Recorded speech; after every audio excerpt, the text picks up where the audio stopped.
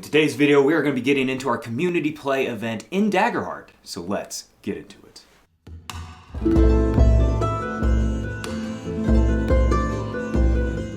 So, we are joined by Wout from our community. He's been a huge commenter in our videos, and luckily we were able to get him into our community play event here. So very excited to be playing Daggerheart with him today.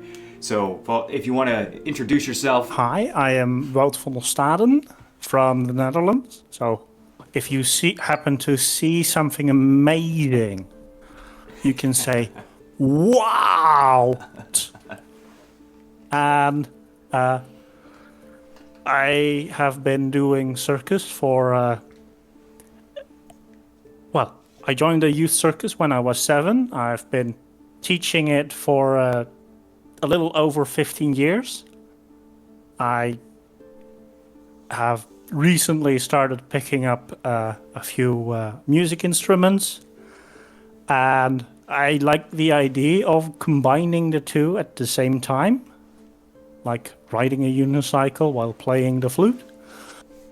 And I have always liked tabletop games and such. It's a great way to make friends, and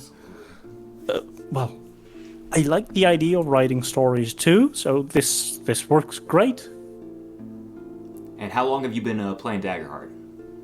I've started playing. My first time playing Daggerheart was the 16th of August.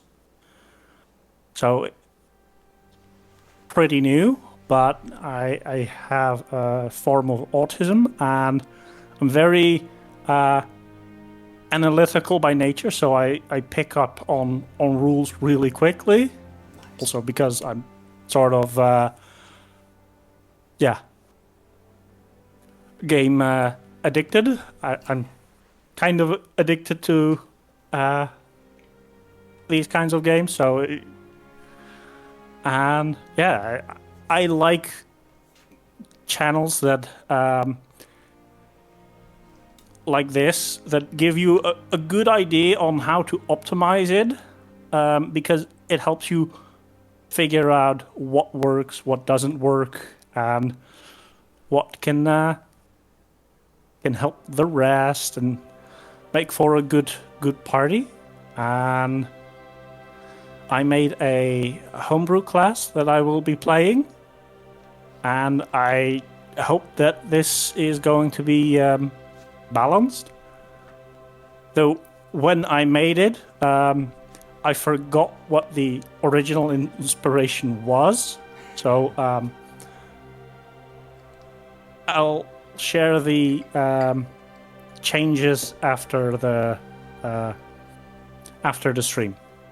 Sounds good. Well, thank you. Yes. So that sets us up perfectly for, let's first go through the characters a little bit, because I would like to at least have that out there, so that way we know who all is playing what in this particular one-shot today, because it is going to be a Japanese feudal war fantasy kind of idea that we are getting into, and it's very much so going to be war-based, so you're going to see a lot of combat within this particular one-shot. And so to that end, actually, Brown, if you want to start us off with your character and what the concept was, what class and all that jazz. And obviously we're going to be playing at level 2 here, so all the players here are level 2, and just kick us off from there. Yeah, sure. So today I'll be playing Kairushi. This is a mixed ancestry with the ribbit and the feral bog. So if you know Japanese a little bit, Kairu is frog, Ushi is cow, so it's kind of what he is his name. But playing a warrior today, I've wanted to play the warrior in Daggerheart just because I feel like the blade and bone decks work really well together, and it just seems like a really strong class that can fit into multiple situations. But just some inspiration from this session, what I was kind of going with was just that kind of in and out fighter that can be mobile and be where he needs to be or where he can to support others, but definitely focusing on more of a surviving / damage dealing build here. So I really like some of the stuff from the warrior. I did take Call of the Slayer subclass so I can get those Slayer dice to further give me that flexibility of options, so to speak. And then the mixed ancestry is just too good. The long tongue from the ribbit to have a little bit of a stronger weapon and also charge for those getting into groups and kind of hitting an initial attack on them. And then I went with the Warborn community. I thought that one was pretty cool, just to help me kind of, again, have that flexibility. Maybe I don't want to spend a stress right now. I could spend a hope instead, and that kind of thing. So I'm hoping it's a well-balanced character that can fit into whatever we're about to get into. But that's what I've got. Very nice. Yeah, I'm excited to see how that works out. So then let's move on then to Fry. What's your character concept going into this? All right. So sticking with the theme, I went with a kind of I'm checking out the assassin build that's in the void right now. Tadagumo is my character's name. Also a mixed ancestry with the ribbit, so pairing up with Brown there. Went with I'm checking out the poisoner for this one. So checking out the poisons, seeing how those play out. Basically going for a kind of like ninja-y vibe. So I picked up things like, Shadowbind, Uncanny Disguise, things like that. And for the mix, I also went with one of the Void ancestries as well. It's the kind of air elemental one. I think it is. But just picked up Gale Force for Market Stress to counter that Gust of Wind for me and an ally. So just trying to get into the Void a little bit on this one and play test those out. So excited to see how it plays out. Went with the Great Staff for my weapon because this one is knowledge based. So the Great Staff is kind of flavored as a big old weapon scroll that I'll be carrying to summon some weapons. That's pretty cool. I like that. Yep. All right, then, Joe, what about your character? Well, I decided to go with a fairy wizard. I went with the School of War for that, and she, I don't know. It's pretty cool so far. Wildborn to take advantage of maybe being a little sneaky while I try not to get attacked by some people, and then a little extra on top that we'll get into that when it comes up. Yes, indeed. I'm looking forward to seeing how that plays in. All right, then, Walt, what about your character concept? What's this homebrew class we're getting into today? So the homebrew class is the Enabler, and this is sort of your combat veteran that they call in if there's a bunch of newbies that need to learn how teamwork works, how to stay together, how to plan and organize things. And it is based around the idea of encouraging teamwork. And this one uses the Dread and Splendor domain, and is knowledge based, but the attack traits and such are recommended for strength. And yeah, it's the character is it's called Splat Clank, because Splat is what he's going to do to his enemies, and as a halfling kobold, halfling dracona, which is basically a kobold, if people are saying that they think that he's going to get splatted, the clank part is where he hits you over the head because you insulted him. As such, he's called Splat Clank. And yeah, I'll be playing him a little bit like a scaled Yoda. So Okay. I'll be trying an accent. Nice. And I think that should be most of it. The mechanics you'll probably see in the stream. Which for the ancestry, which features did you choose for the halfling and for the dracona? Right. I chose the hope feature, so everyone gets a hope, and the dragon breath. Perfect. So then everyone's going to be starting with 3 hope instead of the usual 2 hope. So that'll be really nice for you guys. I feel enabled already. Look at that. Yeah, enabled already. Already. Because you guys are going to deal with some stuff initially that's going to be fantastic timing for this. I love that. So we basically have an NCO over here with the troops. There you go. Leading the way. Excellent. I love that. That's the fantasy here. Well, let's get into the setup for this particular one-shot as far as what is exactly happening, because you guys are a band of warriors that are kind of heading out, and you are going with a fairly sizable group. Not anything too crazy. It's not a full-on army, but it was a good, solid band of individuals that are heading over to deal with an overlook as well as a fortress. But you guys got attacked on the road, which is what we're getting into, by the Manticore clan, because you guys are part of the Flickerfly clan. So again, this is very much so Japanese fantasy feudal war type stuff. And so your clan is very much so a minor clan. And trying to eke out whatever existence you can, taking it from whoever you can at this point. And so the Flickerfly clan has been in conflict with the Manticore clan for a little bit now.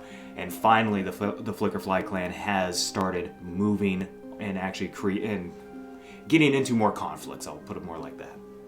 And you guys have seen a potential for getting to this fortress and being able to take a little bit more area, garner a little bit more real estate, as it were. And unfortunately, though, as you guys were heading out there and making your way to this overlook, you were attacked on the road. And that is where we're going to come into things. As you see these arrows start flying in from the side, taking out some of your troops off to the side.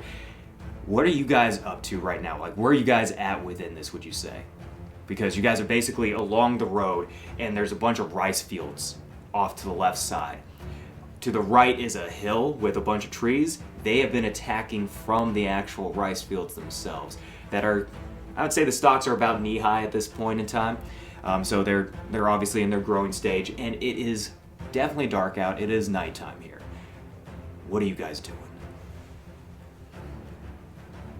Oh boy. Yeah, I would immediately, I think, roll out of the caravan or wherever we're set up, and I would start to, stay low to the ground and go towards the rice fields in the direction of where it seems like maybe the most of the ranged attacks are coming in. Sounds good. Yeah, you do see the attacker. So as you get off the cart, I would say, you do see them just over there, and they're set up in a very loose sort of formation. They're not they don't look organized. I'll put it like that. They do not look organized. Well, that's good, at least. Good for us, right? How far away are they? So now that you're getting to see where they're coming from, and you can see that you've got one individual that rolls out of the caravan, you can see that they are about far range away right now. Oof. That's perfect, because I would like to You're making the activate my... charge?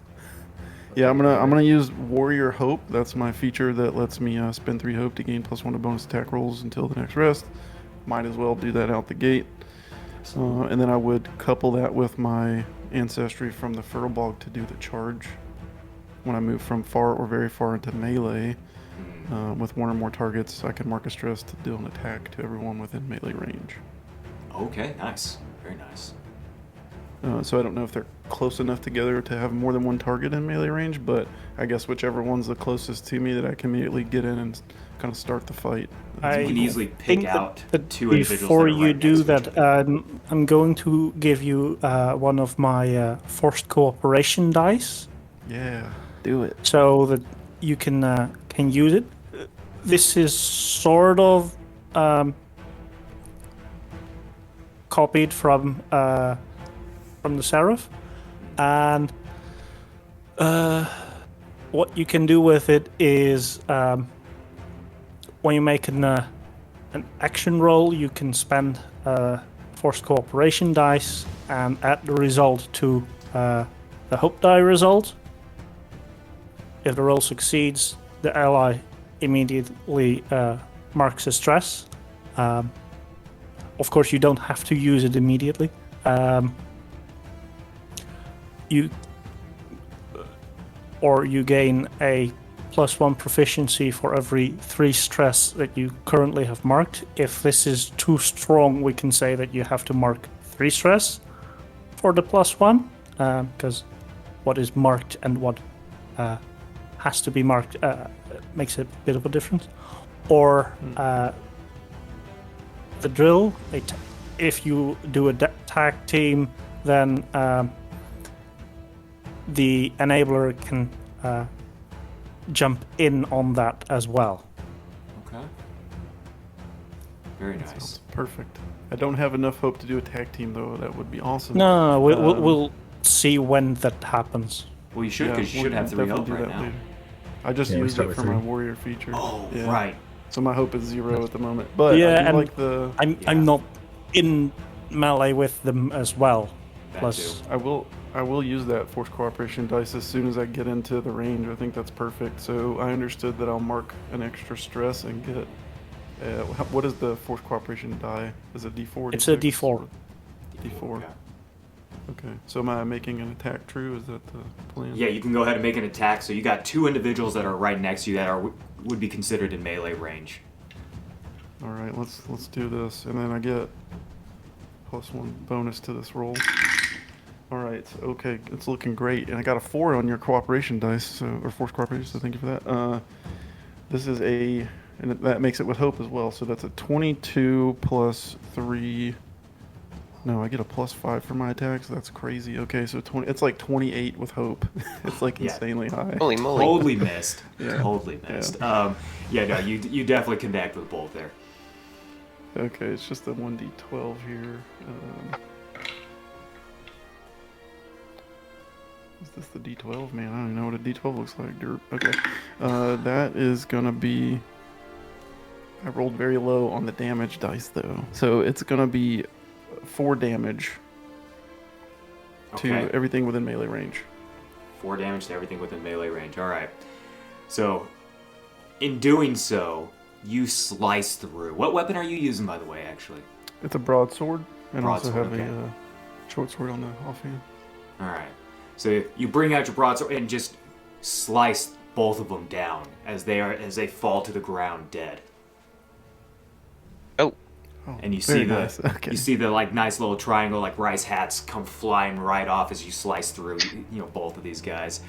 Wait, As you that's can see not that nice. these We're look attacking like they look like a lesser grade Ashigaru, as if like these lower forms of conscripts are even worse off, like as if they were Ronin, so somehow Ronin type Ashigaru. So it's just their gear is not as good. It's very much so broken in certain places, rusted over in certain areas. Like you've got a lot of like they've obviously got bad gear right now, looking underprepared, but somehow managed to surprise you guys. And you do see a couple more to your left and to your right as they turn and they start to fire at you. I went a little too hard on those poor guys. Definitely did. That's an 11 to hit. No, my evasion is 14. holy moly. Shoot.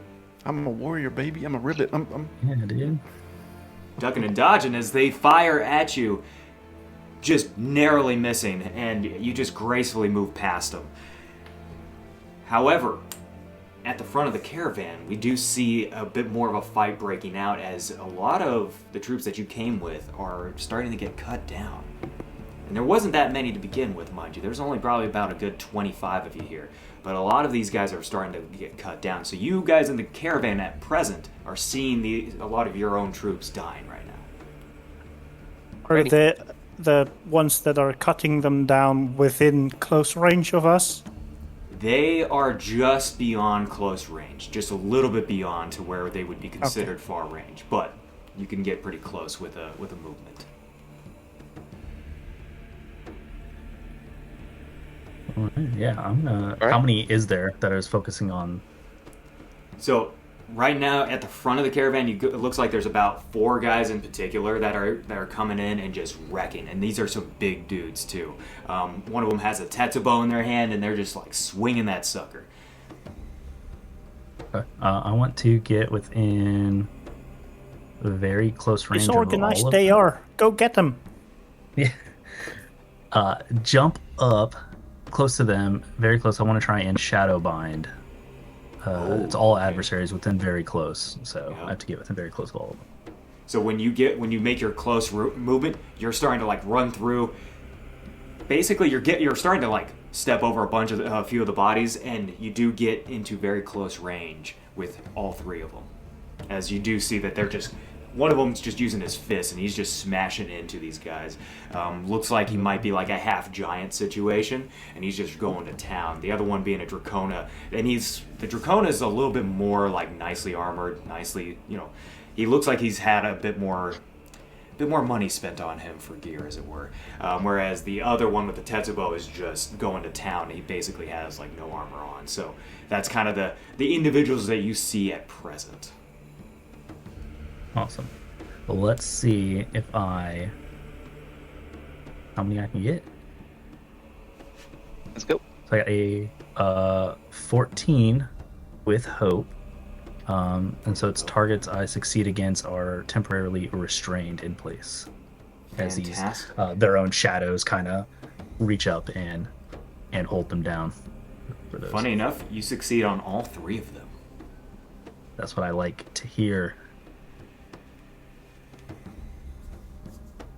There's I'll also run in, and I'll.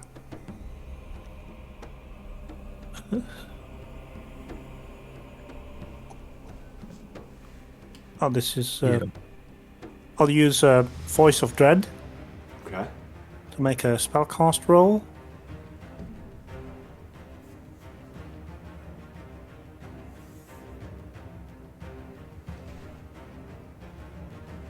So that's a 13 with hope. Okay. So who are you doing this against? Is there? I'll pick one of the giant guys that are engaged with one of my soldiers. Okay, and that does succeed with the 13 with hope. They have to mark a stress and are temporarily vulnerable. Okay, I like that. How do you see them as temporarily vulnerable? What's happening to them to where they are now like not as focused on what's going on? Because you're emanating out that voice of dread. How does that affect them?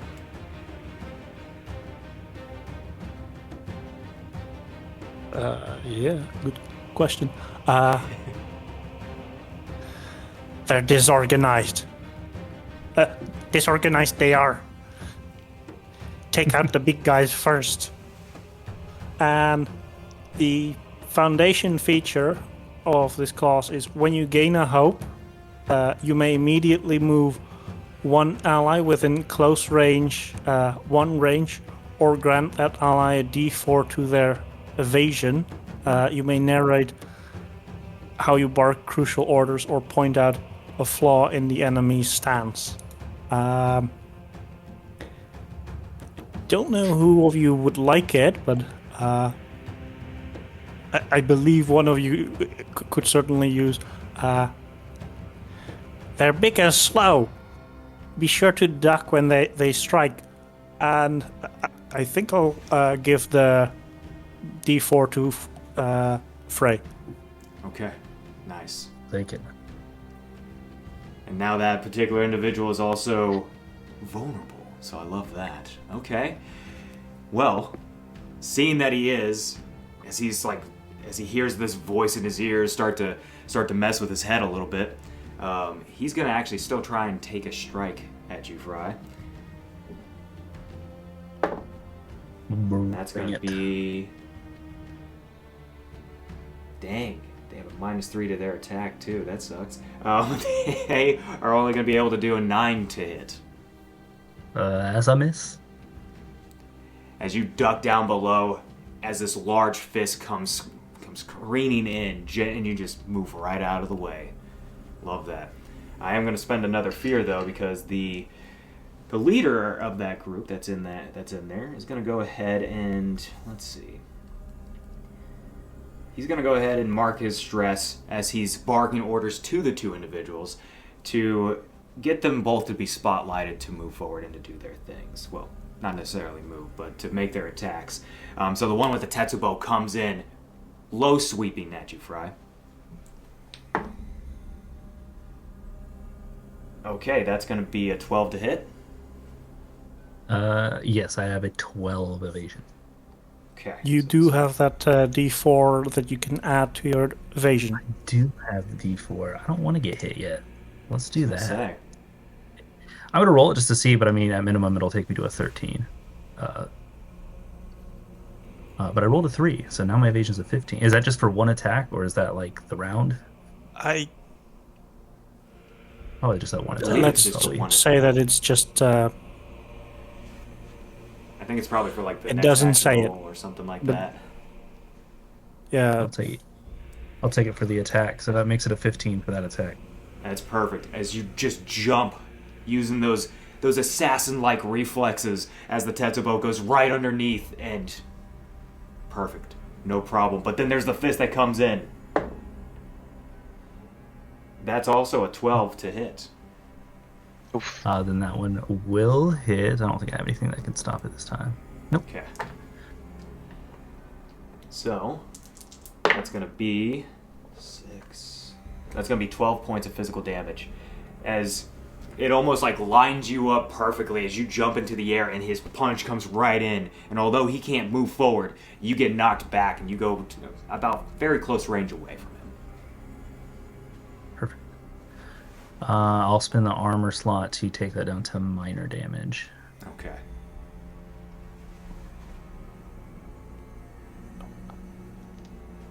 All right, Joe, what are you doing, man? You're just sitting in the cart right Joe. now.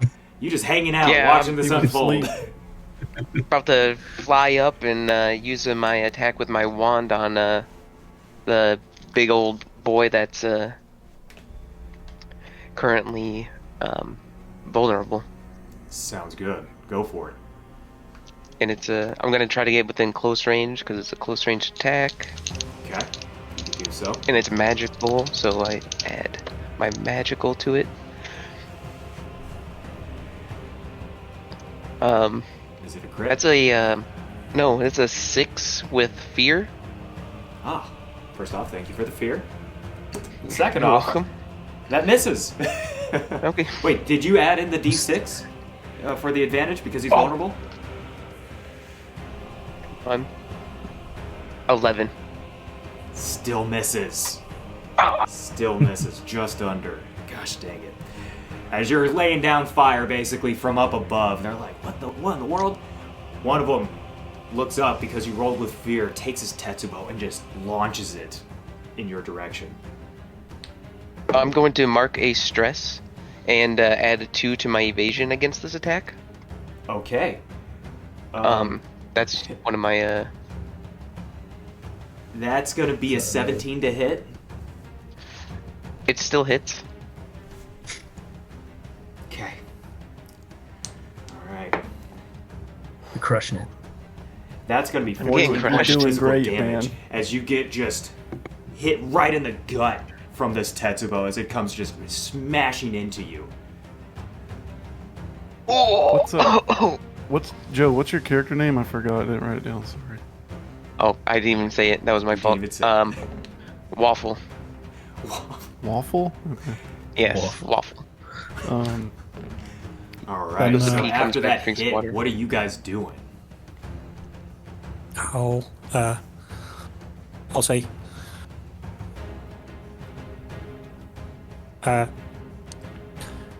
take out their boss. We shall, and I'll mark a stress to give Frey's character a forced cooperation die.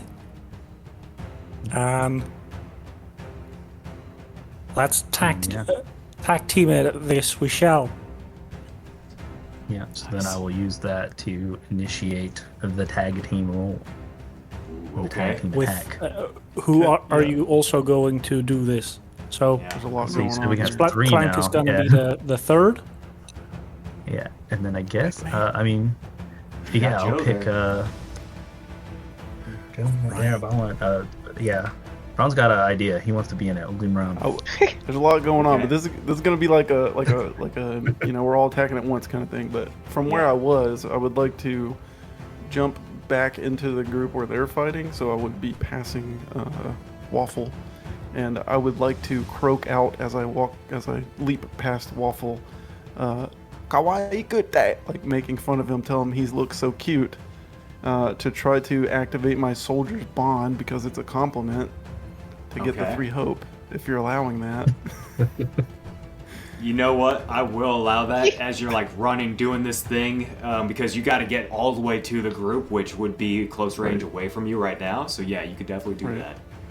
Yeah, and then As if you I do need to see burn him stress get or like something hit to with the get there. damn Tetsubo, and he starts to like fall down for a little bit, like that hurts. Love that. And then I'd like to make my way towards the larger group to As he's passing me, participate I'm in this doing. tag team if I can. All right, let's do Sounds it. good. So what's his tag team looking like then? I believe so for me, the 3 enemies close to Frey's character are relatively close together. They are. Great, I can use my my dragon's breath. Ooh, okay. So we got a dragon breath. What else do we got going into this? Or a so 20 with hope. That will hit. Take your hope. Well, we Fry? so picked the But best then we one gotta of see, the 3, of yeah, we course. gotta see who else, what else everyone else is doing for the roll. But that sounds like that's probably gonna be the big one right there. and then so this will depend on if it hits. I'm gonna start with just a weapon attack from the great staff, trying to use whirlwind with it, but I have to hit first when I do Okay. it. Oh, we're gonna hit. Yeah. So I'll go ahead and just make sure that happens. I will spin the D4 with it, I suppose. Well, the Or fun does part this- here is does with the this- tag team roll, you guys get to choose which roll you go with. Oh, that's right. So you don't have to worry so much because I mean he just rolled a 20 with hope. You're probably okay with a 20 with hope, but you know you can Well, see if like yeah. maybe Just there's a in crit in case there we, somewhere. we roll a crit. Yeah. I did get a 24 with fear, but that's what I Okay. have. I'll take my fear. I'm We just- attacking the Setsubo guy? Is that what we're doing? Tetsubo guy? Yeah, probably. yes. Who, How yeah, much who's the are target you of the tag getting, team? Brown? The Whoever the- Oh, leader. Yeah. he's the leader. The Oh, the leader, right? Of course. there's So yeah, gonna the guy that's in the center right now. So he'll be the main target of this. Okay. Yeah. So my part of this tag team role, I would like to, as I'm approaching, I would like to use my tongue, right, my long tongue, to grab onto the Tetsubo, but be leaping past him to try to pull the Tetsubo up to hit him in the face or body or whatever. The Kinda like use Tetsubo that got leverage. launched at Joe, Dang. so it's gone. Then his fist or his wrist or something. Just to Yeah, make him, yeah, like, because kinda I mean, hit he just did a himself. nice, good, solid punch, and like he's probably like in that stance, ready to go. Yeah. We'll do that. I can bring it to you in next round if you really want it. He puts it in his hand. Here, hold this. Can you take it up? hold this for me. And I think Splat Clank jumps up on Frey and launches himself over and sprays them from above Nice. Cool. as I like that. and then lands on the other side as Frey does his thing. Okay. Perfect. And then, So, Round, what did you roll? So my roll was the lowest. I got a 18 with fear. Okay. So which roll do you guys want to go with? The 24 with fear, the 20 with hope, or the 18 with fear? I think the 20 would hope. Yeah, 20 with hope, I think. I hope a 20 Okay. hits. That's my bet. Just That's my bet. asking for reasons. So each of you involved in that do gain the hope. Okay. And Alright. that does hit. 20 will definitely hit. So go ahead and roll the damage for all the things you're doing as we get this almost like acrobatic crew that's coming in and just leaping off of different things, making it onto the lieutenant as It's, well as some of the other 18. individuals. 18 damage? 18 damage. Okay.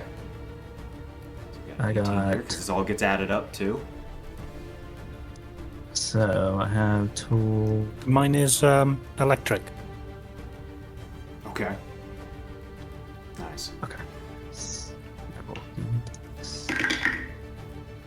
I got an 18, but I'm going to burn a Slayer dice to add an extra 2. Oh, wait. This on the damage hit. Yeah. To add extra 2, so 20. 20, are you adding in your Okay. +1 from your hope? From your hope feature? Oh, that's on the attack roll. Oh, it's an attack roll. Yeah. I thought it was But attacking this damage is- for a second. This is a 20. Yeah, 20. 20, okay, so we're at 38 so far. Fry, what about you? Question before I do all the damage. So I have the mark for death. So it's on a successful weapon attack. Mark of stress to mark target for death, and they take an additional D4 per tier. If I mark them for death on this attack, will I add the D4 on this attack or on subsequent attacks? I would say you'd add it on this attack. Cool. So then I will mark the stress to do that. Okay. Boom. He is marked for death. So then that's a. So I rolled a 12. You also have your poisons.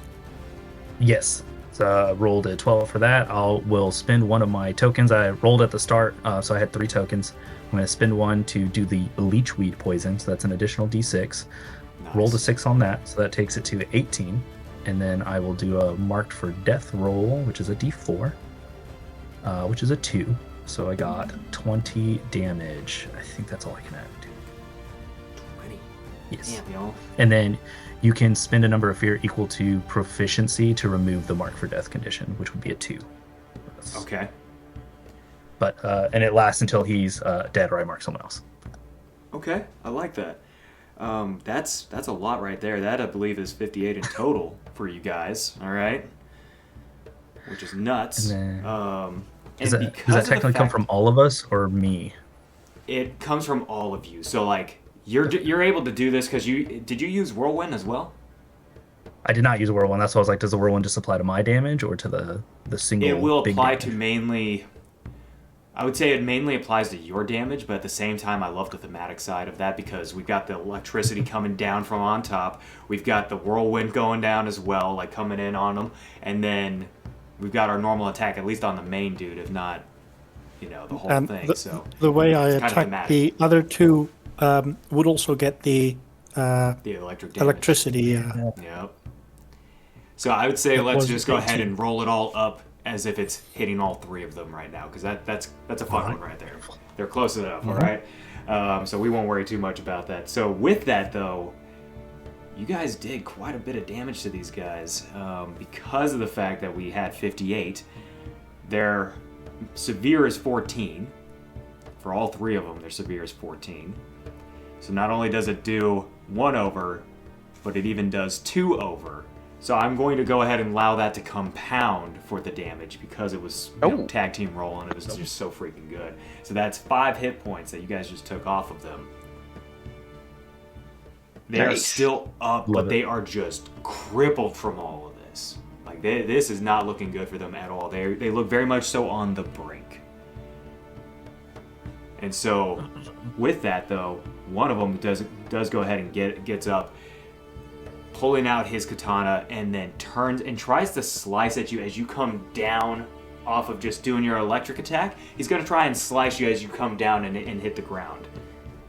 So this is going against our NCO here, and that's going to be a 17 to hit. I have 8 evasion. 8.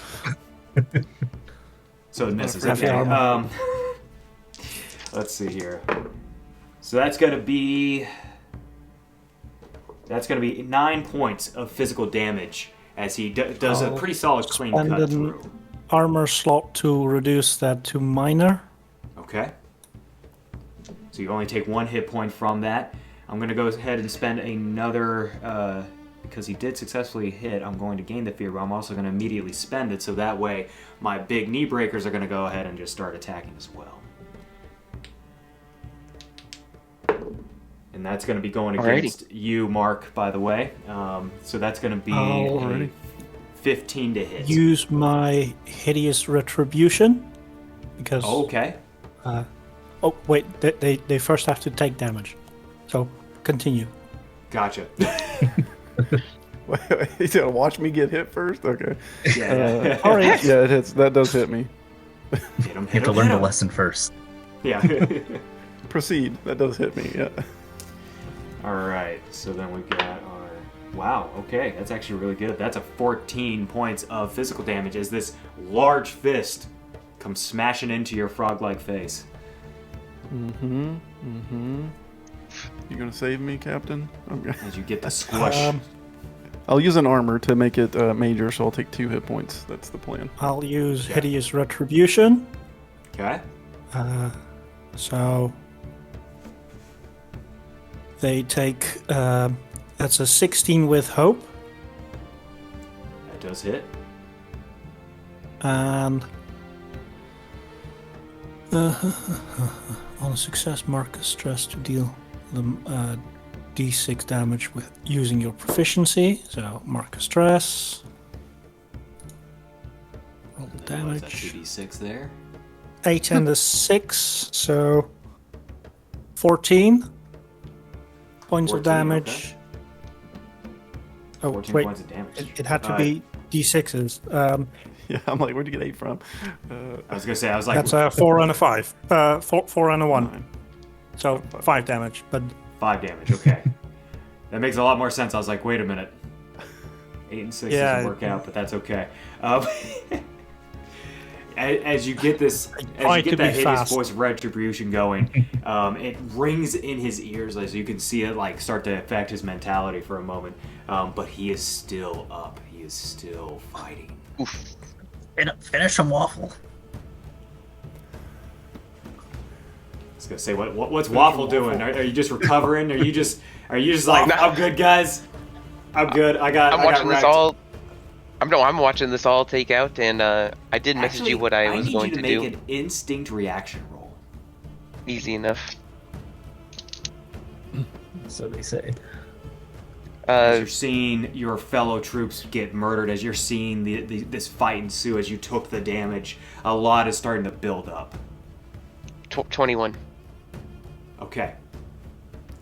As you maintain the rage that you were currently feeling after all of that, as you're trying to stifle a lot of that, what are you doing? I do want to go in to where they are. Can I get within melee range of those 3 guys, by the way? You can, yes. All right. I want to do that. I guess I'm behind them with a. So Boat you're over here? behind Or- you're behind your comrades right now. Okay. So yeah. All right. I want to go in, and then I'm going to. I'll use a wild flame on these 3 enemies right here in front of me. The 3. So I have to be within melee. if you want, we can make that attack team. Ooh. You have enough hope for it? I have 6 hope. Oh my goodness. Yeah, I mean, sure, let's do it. Love that. Let's Let's do go it. with another breath attack. Okay. So we get a nice hammer and anvil. Oh, Love it. that's awesome. I did roll 22 with fear. Hopefully you roll with hope. I rolled 12 with hope, No. so I think 22 with fear might be better. Could But do we be. want to give him the fear? Could be. That's fine. Yeah, let him have it. Let Yeah. him have Is that it. marked for death only on your attacks, Fry, or is that like a every damage? Yeah, it's just Also, attacks on me. they probably won't survive too long. I mean, No. they've Yeah. But I do gain my fear, and I will take that because I do get to keep that for later, so I'm just building right now. All right. But you are successful though. So go ahead and describe how this looks as the lightning and the fire kind of just engulf them, or however that you go about this. I like stick my hand out because it has to be within melee, and I'm just like shooting in the flame out of my hand, kind of similar to how Mustang. Colonel Mustang did Come on, in man, Full Metal Mustang. Alchemist. But I And do that. I think as the flame roils around them, the lightning combines and kind of goes like along sort of what looks like veins in the fire. It spirals around it, and I That's love awesome. that.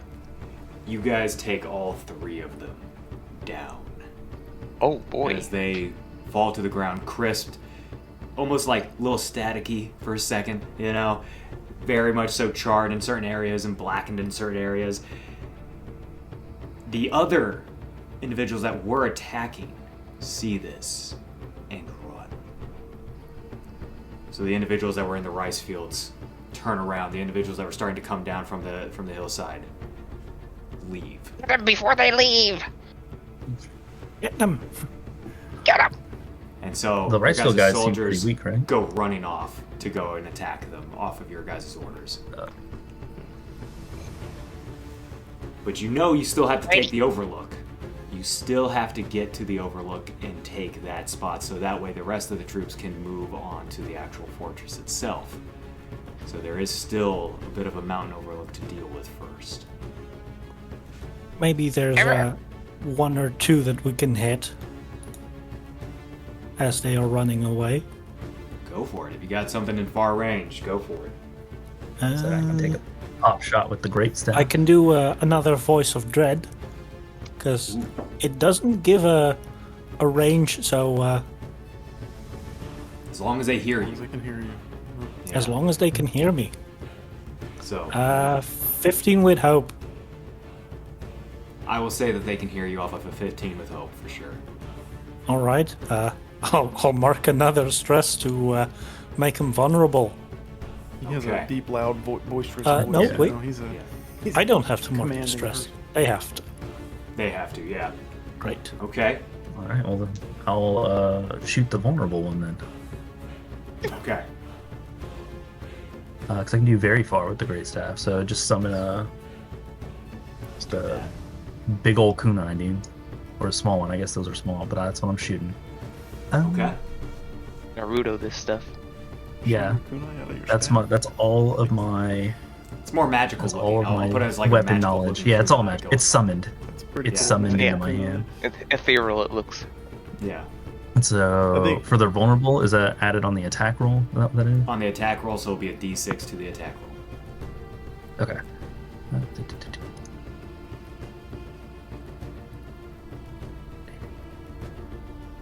Just giving you the fear. 17 with fear though. Still hit. Take the fear. Just make the next And one a then little more I will- interesting. But it does hit. Let's see what Nice. we can do on that one.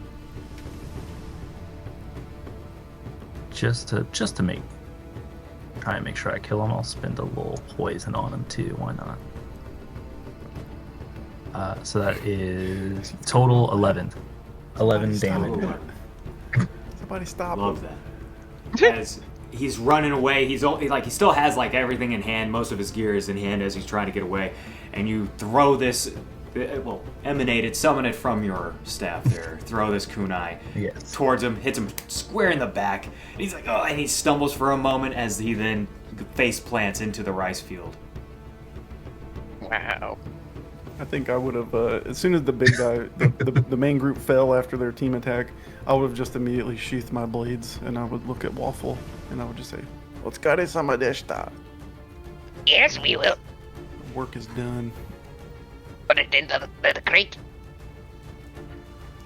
Head back to the caravan. I like it. Yeah. All Move right. out. We shall. So with that, then, moving out. You guys make your way eventually, getting to probably about within 30 minutes now, after everything got kind of cleaned up. You guys could take a short rest if you want to, or you guys can press on. Are we good to go?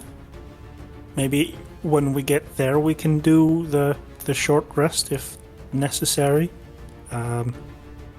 It depends on whether you guys need it. The most I only have 3 stress, 1 hope marked and 1 armor slot, and I have still 4 hope. If we do want to clear stuff, I can use my Splendor domain thing. But it's, would- The mending it touch. depends on whether we need it. I would say I can go either way, but just for the story, right? Like, are we in a urgent need to get here, and this has delayed us already, or are we just kind of like going at leisure? That would. Yeah, limit is there like my a time decision. sensitive element? It We're not is a gonna just sit and time-sensitive stop element. If we're like an hour behind. Yeah.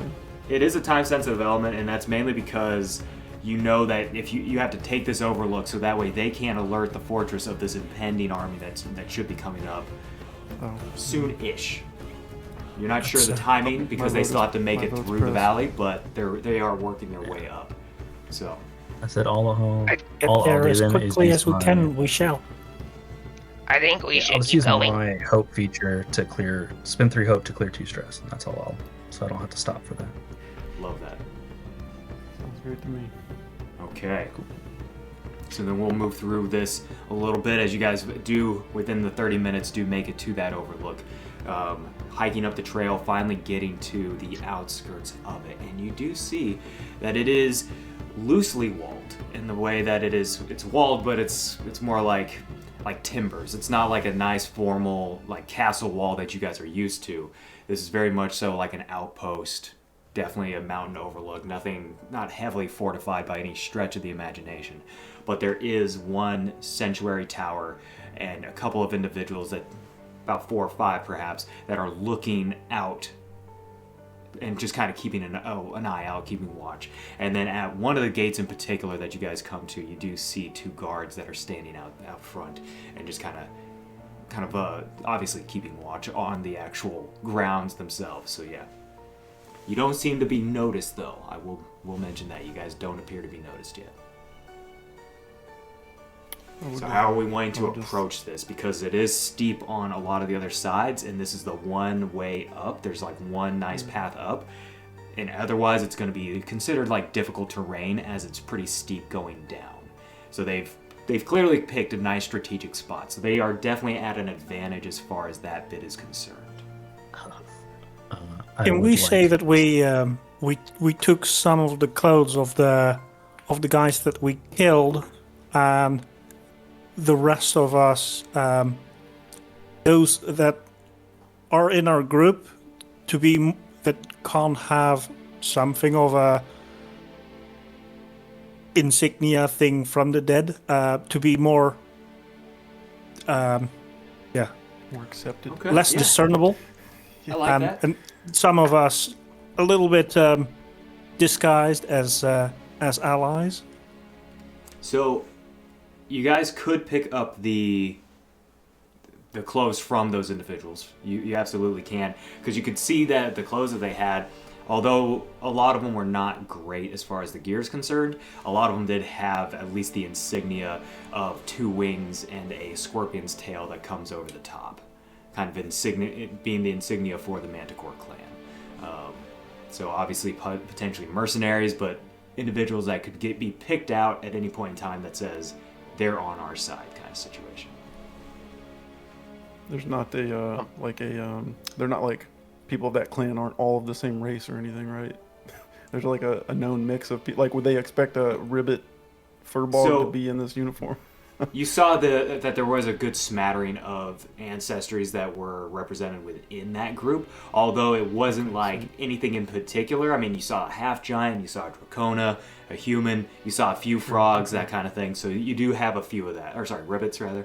So you do have that bit. So you should be don't call okay us from frogs. that standpoint. But it looked like the Dracona gonna- was definitely in charge.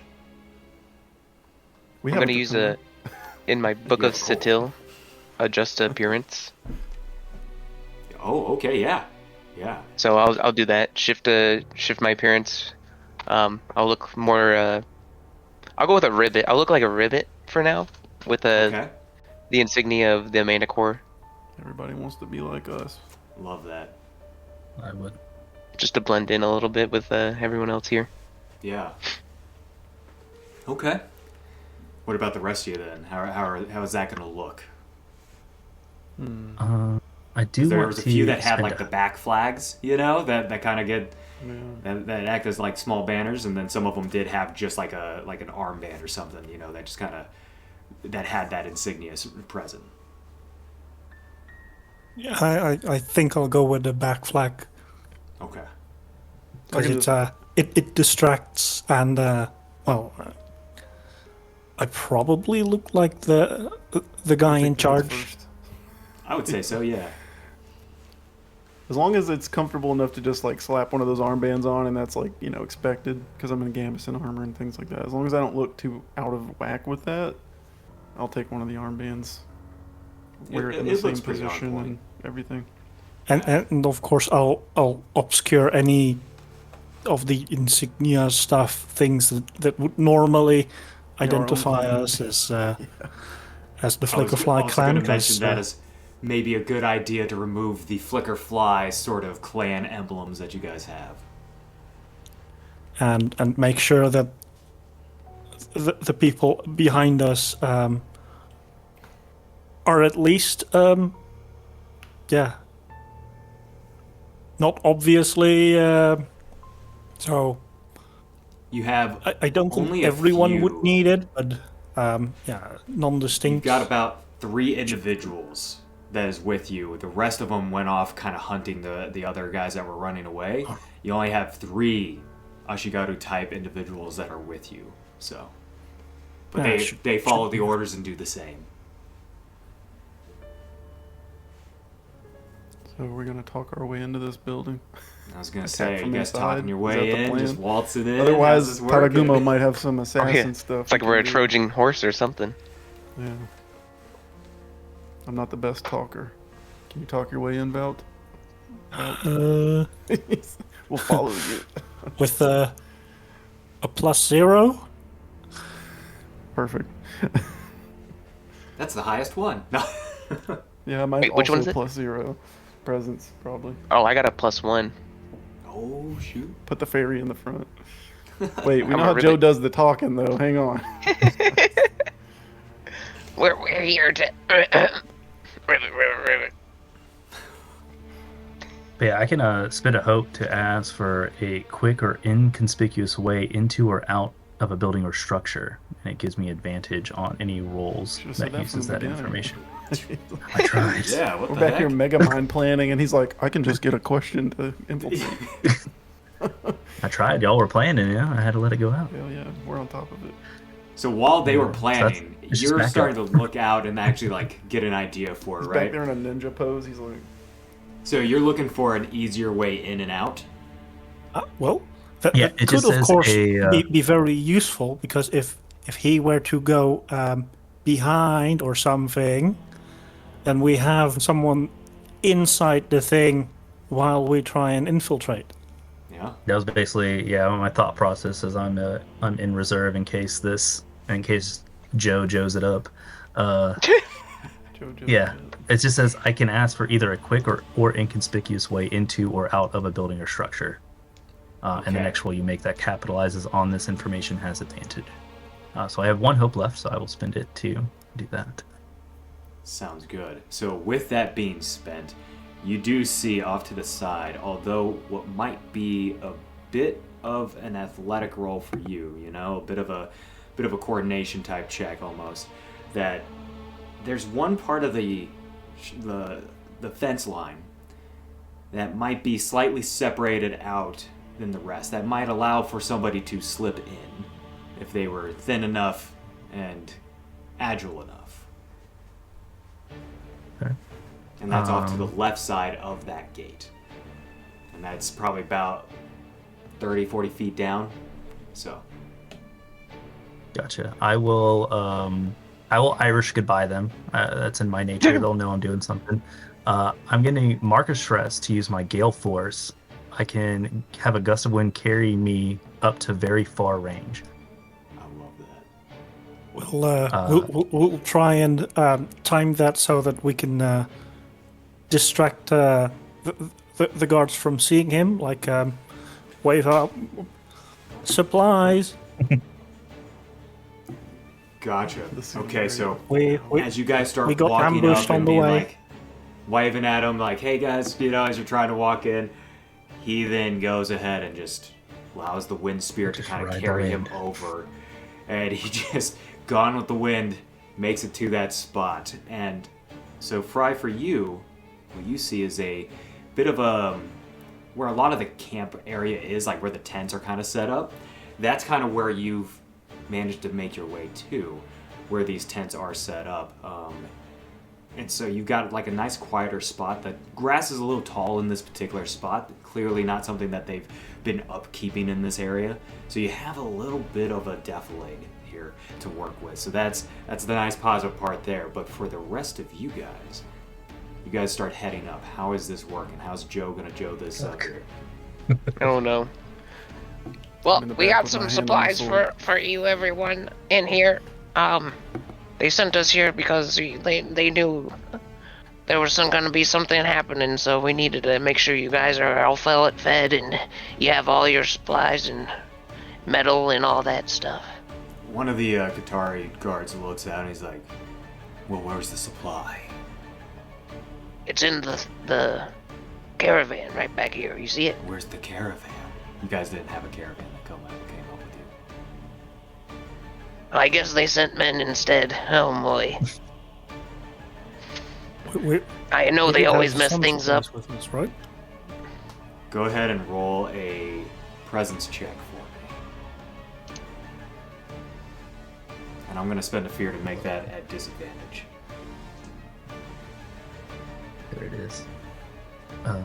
While he's rolling, from where I'm at, can I see somebody that looks like they're like important looking? Give me a, Like someone that has instinct check for me. Okay. Trying to locate the leader of the fortress in 5 seconds. I mean, that's what the For Joe assassin's to talk. supposed to do. That's what I'm supposed Yeah. to do. Where's the headquarters building? Yeah. 12, by the way. Looks like has the most money put into it. 12 with what? Hope. Yeah, hope. Blue's hope. Okay. So 12 with hope. You gain your hope. He's like, But oh, okay. And then he just kind of started, he's like, well, go ahead and get on in there. We're here. There should be some attacks coming soon. And he stepped to his side, allow you guys to pass. We move What's in. your instinct roll there, Fry? I was gonna ask. So for my get in, get out, it said the next roll you make that capitalizes on this information has advantage. Since I was able to like do this because I was able to sneak in, can I get advantage on? Sure, why not? Absolutely. It works. As it's okay. You're gonna get a fear from this, but I'm trying to make it a little higher. 13 with fear. 13 with fear. Okay, thank you for the fear. You do see him, and he seems to be talking with a couple of what look like samurai-like soldiers right now that are next to him, and they seem to be discussing. And they're on that kind of like little, almost tripod-looking seat, as they're seated around the fire, just kind of like planning something out. But there seems to be we a are, few Ashigaru kind of walking around right now too. As we go in, of course, I'll start looking around to see where the easiest targets are, what to take out first, and see what would help us the most. So go ahead and give me an instinct roll then, and let's see what you see. And I'm assuming we All can't right. see Fry. We can't see Taraguma, right? He's like You hidden. cannot. 15 with hope. 15 with hope. All right, take the hope. So what you see is a smaller like tower that's attached to a building, and then the larger tower that's obviously meant to be the overlook itself. Several individuals seem to be kind of looking down and kind of looking around on that taller one, and then same goes for even the smaller one, where it looks like you've got about 4 individuals with bows kind of looking out as well, but they seem to be mainly looking at you guys rather than looking out and about. They seem to be focused on you, as you are obviously the new people just kind of walking in. Might not have been expected to this degree. Then you do see what looks to be the leader and a couple of samurai type individuals around the fire, seemingly planning something out at the moment. But then you have a few Ashigaru here and there that are just kind of dispersed out. Some of them seem to be sleeping in their tents right now, so that's kind of what you're seeing.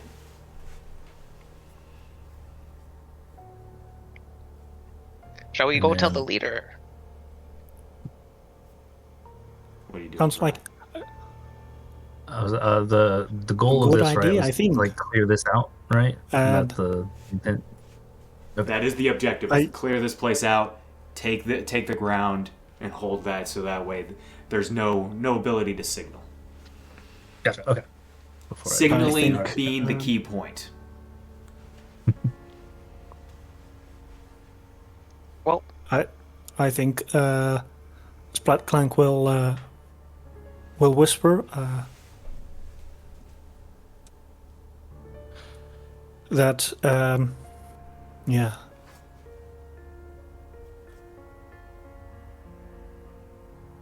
Take out the leader we want, or tower and archers first. tower and archers. Do we know the typical pattern of how they would be doing a signal? Is this like an alarm, or like a fire shot into the sky? What are we expecting, and where would that maybe come from? With the tower itself, you can see that it is fairly dark up there, except for a minor little bit of light. But it looks like there is a larger brazier almost that's basically able to be lit, which is typically how this would be done, to signal from far away that they can see that light and go, oh, something's going on. So I would suggest as well, yes, archers and towers first, but if I can, at least me, go towards the main brazier to try to prevent anyone from getting to it, kind of like intercept them if they come, I'll kind of make my way and split off in a sense. Right. So that's up at the top of the tower. I'll jump. We'll give the Real tower high. to Frey, and There's only one brown tower? for waffles, and brown for the brazier, and the archers for me. Okay. So, Fry, you also see all these things. What are you doing? Because you are separated from the group at the moment. Okay. And they're like walking towards the tower, or they're walking towards this leader guy. They're kind of We're spreading walking out at the moment. inwards right now. Yeah, they're kind of spreading out right now and going in slightly different directions, kind of heading for different spots. Who's going towards? So, Brown, you said you're going towards the brazier itself, so that's going to be the larger tower. And then I believe our NCO here is also going towards the smaller tower to deal with those archers. Joe, what are you doing? Which one seems like the more? Nah, I'll probably just go for the larger tower as well, because I think that might have the larger range for people to see, and we don't want to be seen. And this tower is pretty much goes up to like close range, so you got like a 30-foot tower right now. So I mean, it has to be pretty big to be seen at a distance like that. So, Brown, you know for you that you're gonna have to be climbing some ladders. How high can I jump? Yeah, that's what I was Not thinking. close range, that's for damn I'm like, sure. So this is a tower you that know- I'd have to walk inside and like go upstairs. This isn't something I can like. There's handholds or Wait, like. Get How tall is in relation to distance from the bottom to the top of the tower? How high up is it? Close range. So you Okay. got that 30 feet. I could gale force him up there. I mean, you do see him walking towards there right now. Yeah. but I know that's going to trigger whatever is about to happen more than likely. So y'all ready? But Joe can fly, right? Oh, I mean, they don't know I Just can start fly. flying towards the top of the tower. And- It might be a He problem. looks like a ribbit right As soon as now. I- we, I think we would have instructed the three followers to hang around the gate, so Okay. they can surprise those, maybe shove them outside and lock the gate. And when you tell them that, they kind of go to attention for a second, and then they turn around, walk towards him, and you see them trying to like make conversation with the guards and be inconspicuous. Yeah. I mean, the goal, I feel like we know there's going to be a fight. We're in there, we're infiltrated. I think we're good. I'm a I'm willing lift. to die in here. Let's just do Lift. it. I'm going to go ahead Right. and, Well, I'm from gonna- where my spot's at, lift them I'll up drop. to basically have a man on the brazier. So we have someone at least like right there to stop anyone. Okay. I'll drop my parents and we can fly up to the top of it then. Okay. I mean, what else? Could I not drop it and still fly? And then they'll be like, why is that ribbit Yeah. flying? Yeah, you can not. Okay. You could just not drop. You're Not just drop floating. it and You're just still like fly. floating in the air. A floating Listen. ribbit just going up, and I'm holding on to Brown's character. So, what was Well, if your, you can do what was that, your then name again? I can just gust him over to the archers then, to just do the attacks at the same time. Yeah, that'd work. Could if you want to gust Brown over to the archers, and then Joe flies up. I mean, our NCO, our fearless leader, because he's going towards the Oh. archers, right? Yeah. Yeah. Yeah.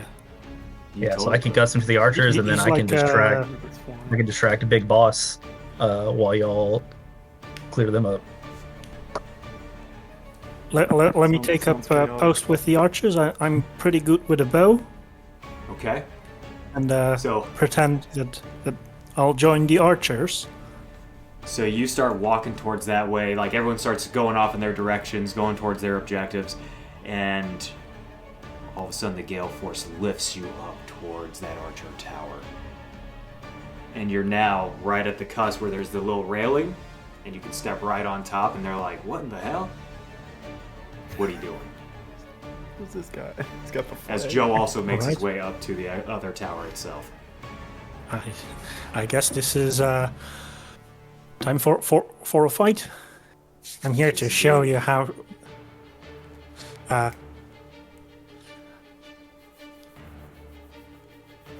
how to do battle. I'll show you, and I'll That was the coolest threat. I've run ever up heard. and go for a dragon's breath. Let's Okay. Jesus Christ. let's take them all. Starting off with a Quickly. starting off hot. Holy heavy. moly! We're gonna make this electrifying. Said, "Have a fight, I'll That's show you." 17 with fear. 17 with fear. All right, that does hit.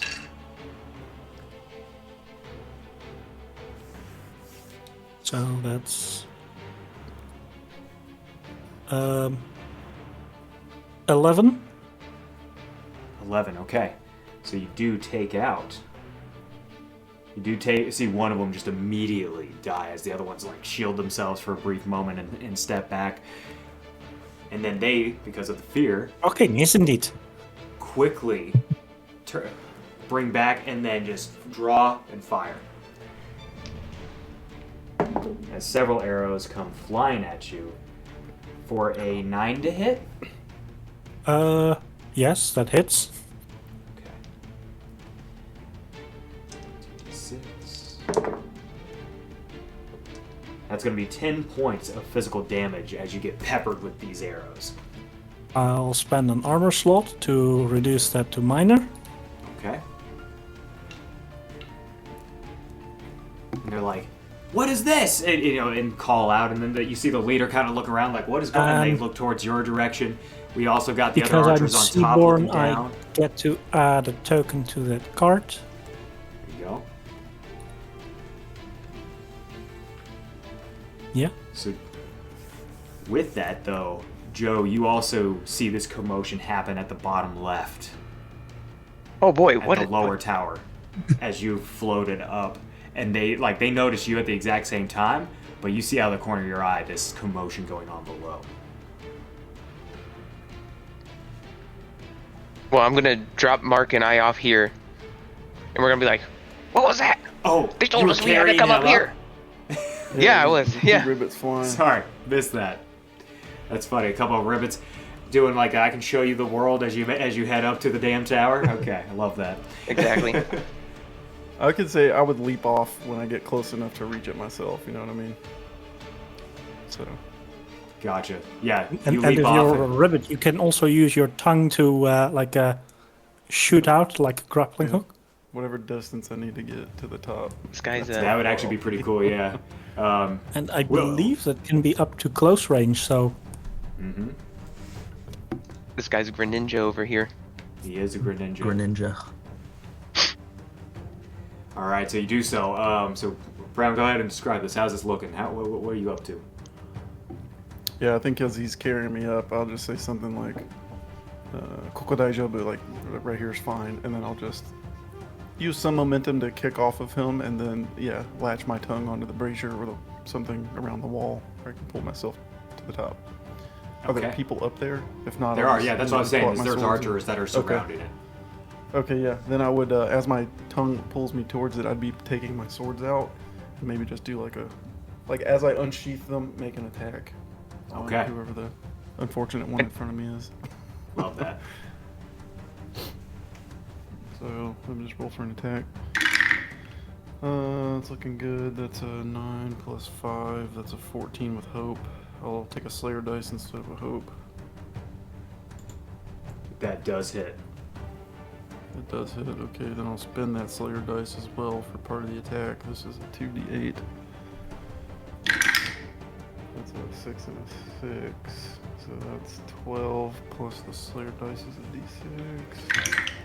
12 plus 3 is 15. Plus 4, 19. Am I doing that That's math actually right? really That seems good. really strong. Warriors are broken. That's Nice. pretty good. Yeah, So- that's the right math. 19.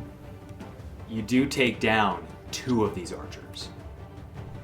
With that unsheathing, just cuts them straight through as they drop to the ground, and you see one of the samurai that's up there with the other archers look and go, and they start to go in as well.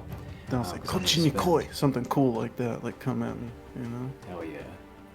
I'm going to spend that fear to get in there with all of these guys. So we're going to first get one attack from the main samurai that's going to come in and try and almost like boot you off of the tower itself and just kick you Don't do right that. off. Yeah.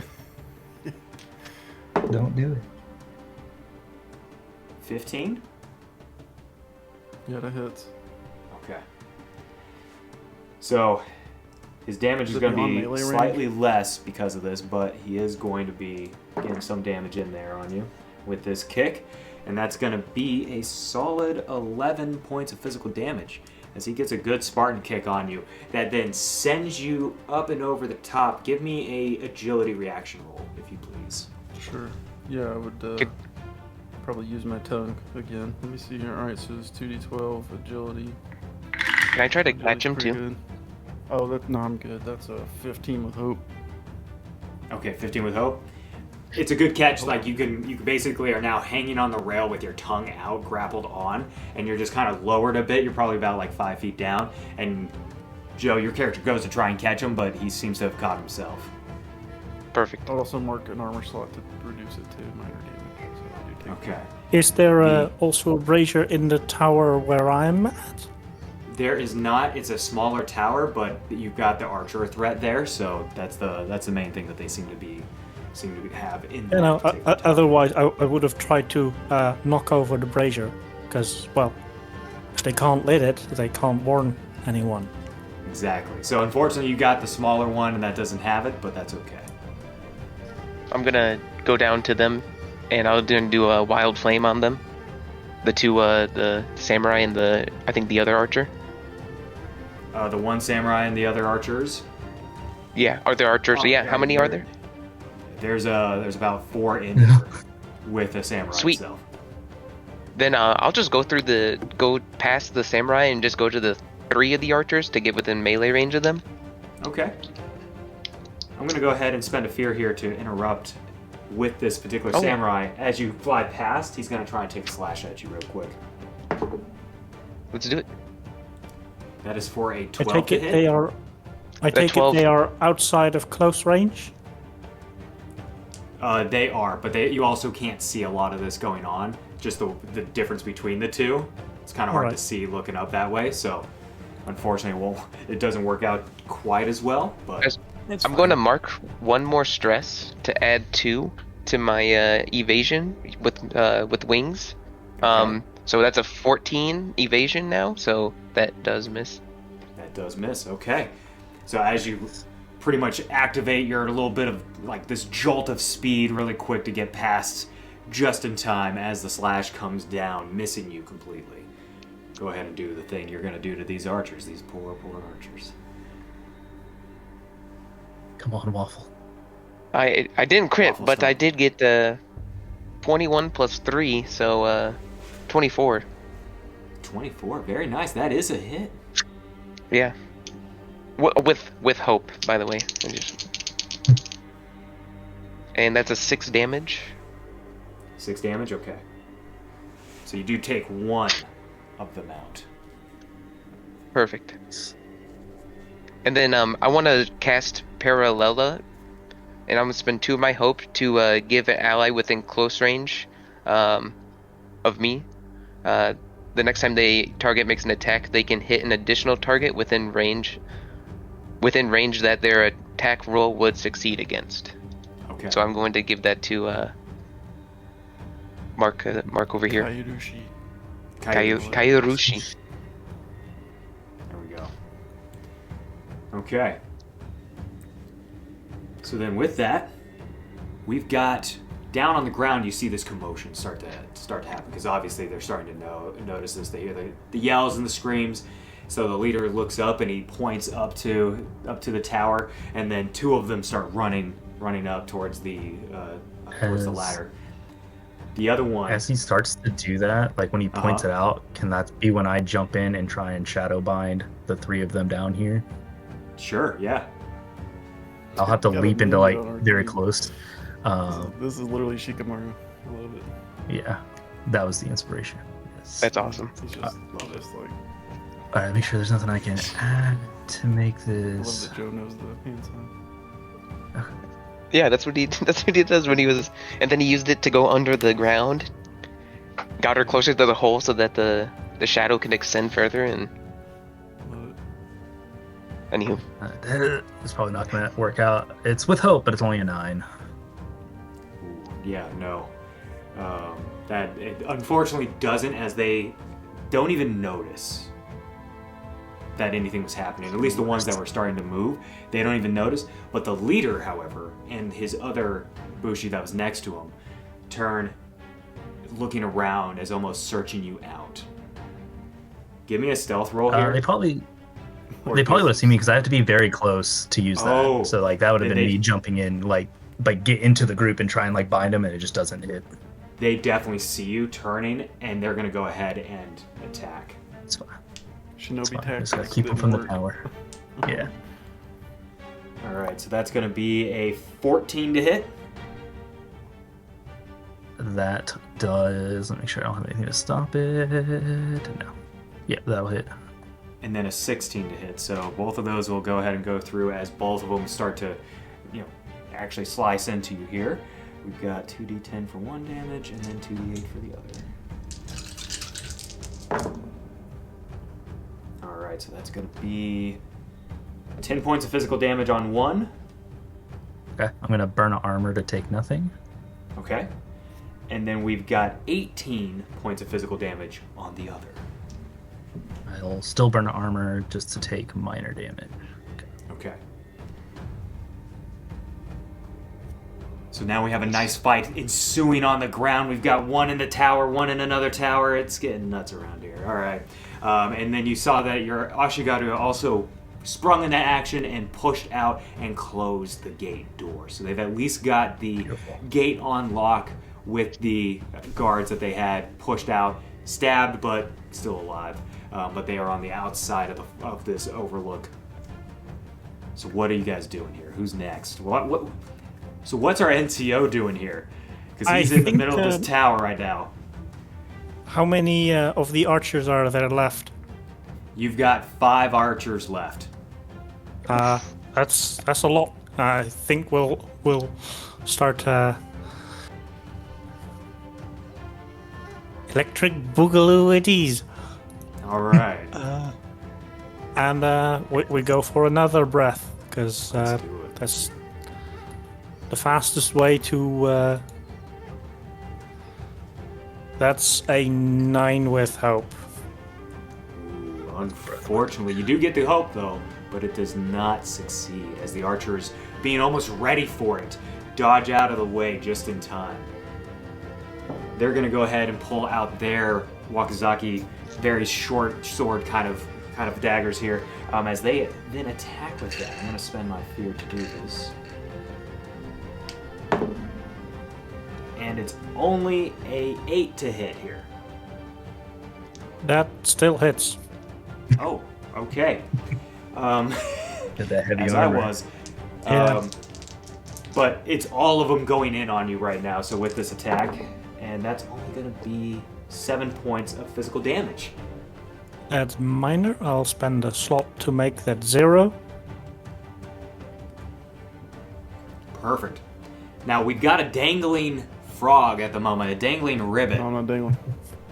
I'm about to jump up there, kick some ass. I was gonna say, let's get this going. I'm then. gonna pull myself up, do a front flip, and I'm gonna go for the samurai guy. Okay. And I'm gonna basically And, get some propulsion so that I can come down.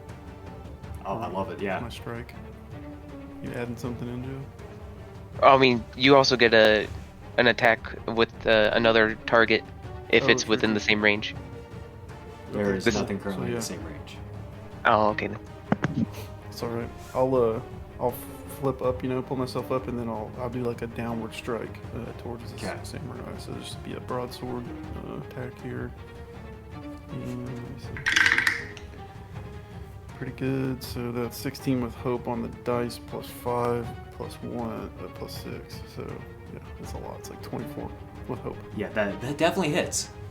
I'll take a Slayer dice and use it on the damage. And that's gonna be 7.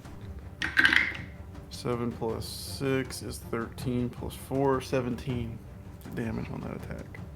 Very nice. I like that. I actually rolled low on the dice. Because that's 2 hit points off of him right there. Love that. Okay, so in response to that, he's going to go ahead and strike back as you guys are engaging in this now like sword fight. As you slash down on him, finally getting one, parrying other strikes away, he's going to go ahead and attack as well with only a 12 to hit. Nope, does not hit me. Okay, and his strikes aren't connecting. You're parrying them away. You're blocking them here and there. As this wonderful little samurai fight starts to now ensue between the two of you, almost like in a duel situation. Okay. So then, Fry, with you in particular, you've got several individuals that are around you at the moment. As one of the Bushi points and tries to call out to the conscripts that are kind of sleeping right now, "Wake up!" and rouse them awake. The leader then goes ahead and makes another attack as he's trying to obviously get rid of these threats, but misses with an 8. I'm assuming that misses you. Thing he didn't. Success for me. Yes. Good thing he didn't That is- target me. Exactly. That would have hit with with our NCO at the moment, but shoot, with our samurai up top going to town, we got another individual that's very much so ritualistic in their almost look and feel, and then an assassin. I love this little crew right now. All right. So what are you doing in I'd say too, response? if there's only the samurai up top with me still, I would let Waffle know, like I'm fine. Well, he's If it's dealing just with the me and archers. one other target. Yeah, there's archers still Okay, there. they're in the other. Okay. Yeah. But this is a pretty sizable tower to be able to hold a large brazier as well as good archer points. So it's obviously pretty big here. So it's a large structure. So there was enough ground here, but they're on the other side of the brazier. So you're not really, like, you see a little bit of the hair fight ensuing, but nothing too crazy.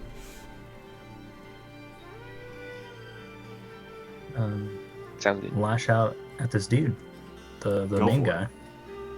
I'm gonna use my long tongue for this one. Okay. Still close range.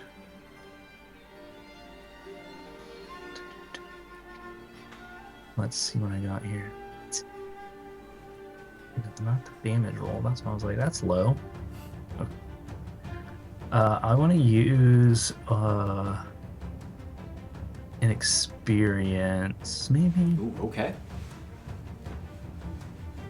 So I just have two. One's like called it like the Master of the Venomous Brew. So this has to do with like my poisons and attacking with them. So I'm gonna include a poison on this because the poison kind of secretes from me is where it comes from. So if that's good for you, since I'm using my tongue on this one, add a +2 to it. That works for me. I like that. All right, spend that one hope back down to 0. But that makes it a 15 with fear. So hopefully that's enough. to hit him. 15 with fear, barely hits. Awesome. And that is 2d12 damage for the tongue. Nice. Yeah, and I rolled a 1 and a 2. 2d12, that's crazy. So 3 damage on that. He said, But I will spend one of my poisons. This one I'm going to do the Gorgon root. This one gives a permanent -1 to their difficulty. Okay. His difficulty goes down by 1. And actually, I'll spend the stress to mark him for death as well, to Okay. add that extra damage. Now, you saw with your Yeah. tongue, as you came through, slapping him up in the face and everything. And unfortunately, only, just a little like that. You're only able to do 3 damage, but he seemed to not have taken it at all. His helmet being on him, his armor being really well made, no damage was taken by him. Gross. As he then responds and he tries to grab your tongue. I'll let him cut that thing off, dude. Oh, man. You can't talk without it. Would that even be That's- with the 7 from the mark for death? Because I forgot to add that in. 7 with the mark for death, okay. That will... Yeah, because I rolled a 1d4 last time, but it's supposed to be a d4 per tier. I forgot we were in tier 2, so it's 2d4. So I got 7 on that roll. Gotcha. Okay, so that changes things just a slight amount, but he still doesn't seem to take nearly as much of the damage as he would have, but he does still take a good portion of that damage. But then he grabs your tongue with a 17. Yeah. He does grab it. And I'm gonna spend another fear here for him to then throw you and try and yank it right out of your head there, if not take you completely with it. Please take me with it.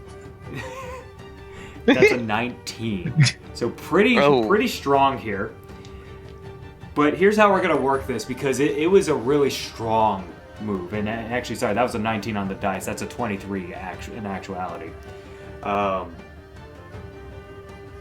We're gonna see how bad this is. We're gonna roll that through the damage. If it's severe, the tongue's coming out. Oh my god. And this is before Okay. armor comes into play, okay? Armor can still come into play, but if it's severe without the armor usage, Yeah, It's, alright. it's happening. Oh boy. 16 points of damage. Is that in your severe Let's think, column? that's major. That's major. As you get taken with, as we see this little ribbit body get thrown towards the towers at this point, because you struck from the side and he pulls you and throws you towards the main tower, as the conscripts begin to run up as well. So that we're starting to get a little bit of that, but yes. Who wants to go next here? Because we got a lot of things happening in different places, Ow. y'all. I'm just saying, my tongue would have been gone. I don't know how your armor's that high. Your threshold. I gotta get rid of these archers up here. So Go for it, man. I'm gonna go ahead and do another wild flame. Do it, But yeah. before I do that, I want to transform. real quick Ooh. into Okay. Ordster. Um, All right, we got ourselves an Ordsteer here. This Yeah, is just our werewolf Oh. transformation. It's something that we've been homebrewing in-house and we've been kind of creating. And so Joe here has decided to try it out in combat. Glad to see Might as glad well. to see the Ordsteer getting used again. Let's see how this goes. What phase of the moon did you choose, by the way? Crescent. Crescent, that's what it was. Let me roll up to see what moon's out right now, because I forgot to do that.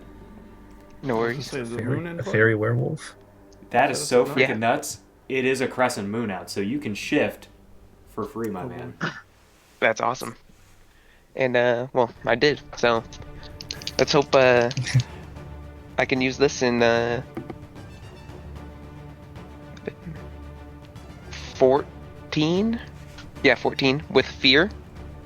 14 with fear, okay. Yeah. 14 does hit. Perfect. And since I rolled with fear and I'm a School of War, I get to add an extra D10 to my magic damage. Very nice. And that was a 10, so that's awesome. 21 damage total. Dang. That's pretty good. Yeah. That is pretty good. As you take the entirety of that archer squadron out. And then I'm just gonna look toward because I think that parallel, is it still in effect, or is that only when it's on the next attack? Read it out again. The next I time think that it's only, the next time the target makes an attack, they can hit an additional target. it's only that one time. So it's already, it was already gone. So I'll just well, he already said he's ready to go. We took out those, so I'm just gonna head back down then. Try to help out our little other ribbit over here. Yeah. Sounds good. I'll try and breathe down their necks again. Do it. Take them down. And that's a 9 with fear. How much more do I think that I would need? Because I do have analytical precision and that +1 from the Seaborn. You would probably need a good amount by comparison to the 9. You need a fair little bit. So that's not Put it like working. this: their difficulty's a 13. Uh,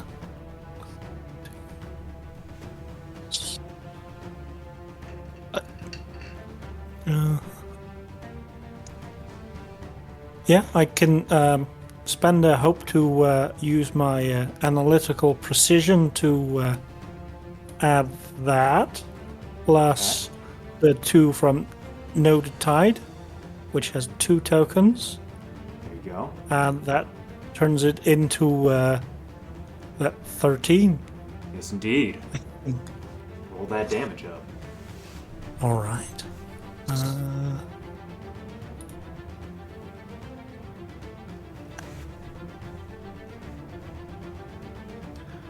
So that's 7 points. 7 points of damage. All right. That's another one gone. Yeah, these guys are getting they're a little bit difficult to take down. There's quite a few, but that's another couple out of the group. There is just 3 left at this moment in time. All right. Nice. So cut One them or two down more, slowly and but surely. I'll start throwing guys over the tower. There you go. Love that. Breathe down their neck and just woof, just toss them over. All right. So then we've got a couple of individuals that are starting to wake up. A few of the Ashigaru are, have now woken up from their tents and starting to charge towards you there, Fry. So let's see what happens here. As they're going to do a group attack. I'll spend my fear to do the group attack. Yay. Love that for me. Yeah, and it's a so that's a 13 to hit. Yep, that'll do it. Okay, so they each do 6 points of damage, and there being 4 of them in this particular group. That's going to be 24 points of damage. That's it for me, boys. Oh, what? Yep. What? I only have 5 health, so I have spent all my armor slots, and I had 2 health slots left. Boomskis. Okay, so how are we doing this exactly? Are we trying to risk it all? Trying to blaze a glory? Or are we wanting to avoid death? Ugh. Let's see. We will... It's always Friday. Well, I don't have any hope to spend. What do you mean, hope to spend? It says avoid death is 1 hope.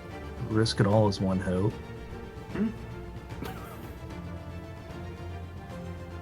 Oh, it's if you roll the die. Yeah, I was going to say, you shouldn't have to spend hope to do your death move. The death move is just a death move. Interesting. Gotcha. Oh, I see why it's saying 1 hope. Because I'm on the demi play, and that's why it's confusing me. Okay, let's do... I was like, that's weird. Oh boy. We'll risk it all. Let's go for Risk it all? I love risk it all. That is my favorite. That's All right, so nice. go ahead and roll the duality dice and tell me which one is higher. it. All right. I only have actually 1 set of physical die, so this first roll is going to be my hope die. First dice, hope I die. don't All trust. right. And that's an 8. An 8. Oh. 8 hope, okay. Nice. Let's go. Set the bar middle ground. I like it. That's an 11 on the fear. There she goes. Dang. Dang. Wait, is he within close range of me? He is. What do you Okay. have? I have Luckbender. Once per session, after you or a willing ally within close range makes an action roll. Is this an action roll? It's a death move, Oh, which I suppose... I don't know if it counts as an action. if it doesn't, no worries then. Stretching the rules. What's the DM say? I'm willing to spend no. hope to... if that can change anything. I am actually okay with using Luckbender because I like the title of Luckbender. Mhm. Go ahead and re-roll. And is it one particular die or is it the full-on duality die roll? Both. You can spend 3 hope to re-roll the duality dice. All right, re-roll those dice. First Hopefully it's roll better. will be hope again. Let's freaking do it. Let's see how this goes. Okay. We should be good because the hope one was a 12. So let's see if we crit. Can't beat that. Yeah. Yeah, we're No good. matter what, he's up though. I got a 1 on the second, so I'm up at least. All right. Okay, so with this, now you get to take that 12 hope there and divvy it out between your health and your stress, however you see fit. And you can clear that many health or stress. Holy moly. Risk it all. I got with hope. Okay. Now, in all honesty, So, it probably shouldn't work that way, but I figure why not? We'll take- Why not? It says Luckbender. I feel like this was luck involved here. We're gonna go with it. Don't you also have a potion? He just hadn't taken it. Oh, That's fine because between the two I only had 8, so I clear everything. Yep. Holy cool. I figured you would. So I'm just back up. Yep. Back up, basically 100%. Meat As they back on come the through and menu. stab you, and all of a sudden it's just like you It forget was a for a clone. brief moment. It was a shadow clone. Yeah, it was a shadow clone. Poof. Substitution no jutsu. And there That's you are, awesome. like very close range away. All of a sudden, and they're like, "What the?" I'll take it. It was a log. It was a log. Oh. Cool. So can I attack him back then? Yes, you can. Yes, you can. All right. We're gonna. Well, since I'm clear up, we'll do the tongue again. That does the most damage for me. Marker stress. I want to make sure I'm within very close range because I'm going to try and whirlwind on him if it hits. Okay. Dude. 9 with hope. Dang, I cannot hit nothing. 9 with hope. Shoot. Well, you gain a hope, Yeah, I Gets guess. advantage because But that definitely misses. As your tongue gets like tangled up with their spears that they have right now, and it's just like being defended off. Not fair. All right. So with that, Joe, where are you at, my man? You're flying down, right? Yeah, I'm flying down right now. After I just took out the archers, so. Gotcha. Unless someone wants to roll an attack on me from a range.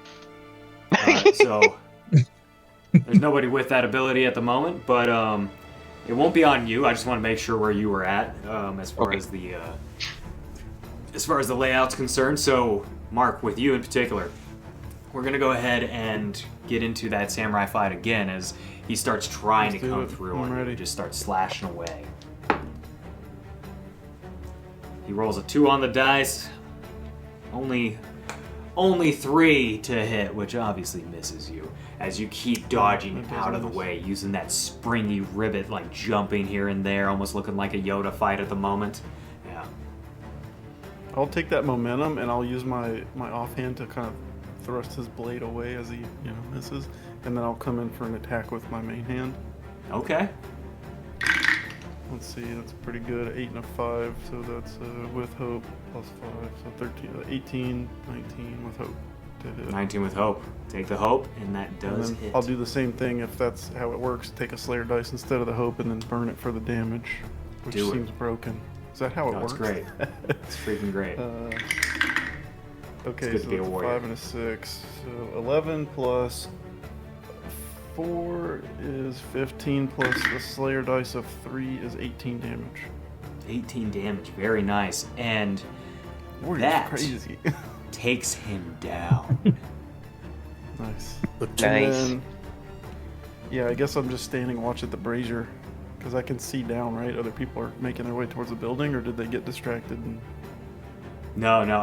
So they're what you running see up, right now right? ensuing is you see one of the Bushi as well as the actual leader of this place engaging in a fight with the conscripts going into on Fry at the moment, and he's kind of by himself as Joe's flying down, and then you can see to the right the NCO, the enabler here, going after some archers and having a little bit of a tough time, albeit, but still holding his own at the moment.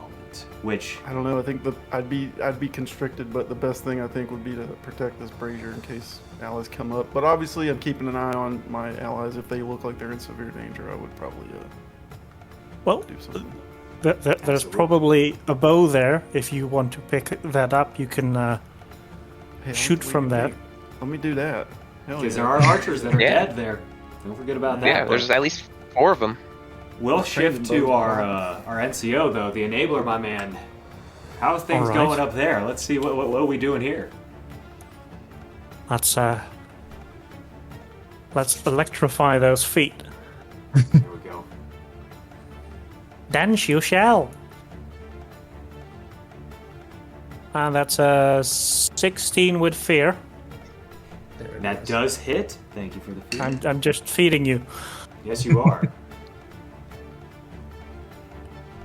But I'm not full yet, so please, more. 15. 15 damage. I love that. Okay. That will finish off this group in its entirety here. All right. If possible, I'll try and I'll go down. If I were to just jump off the tower, more on the parapet, so not completely off the tower, but more onto the wall, and then maybe again.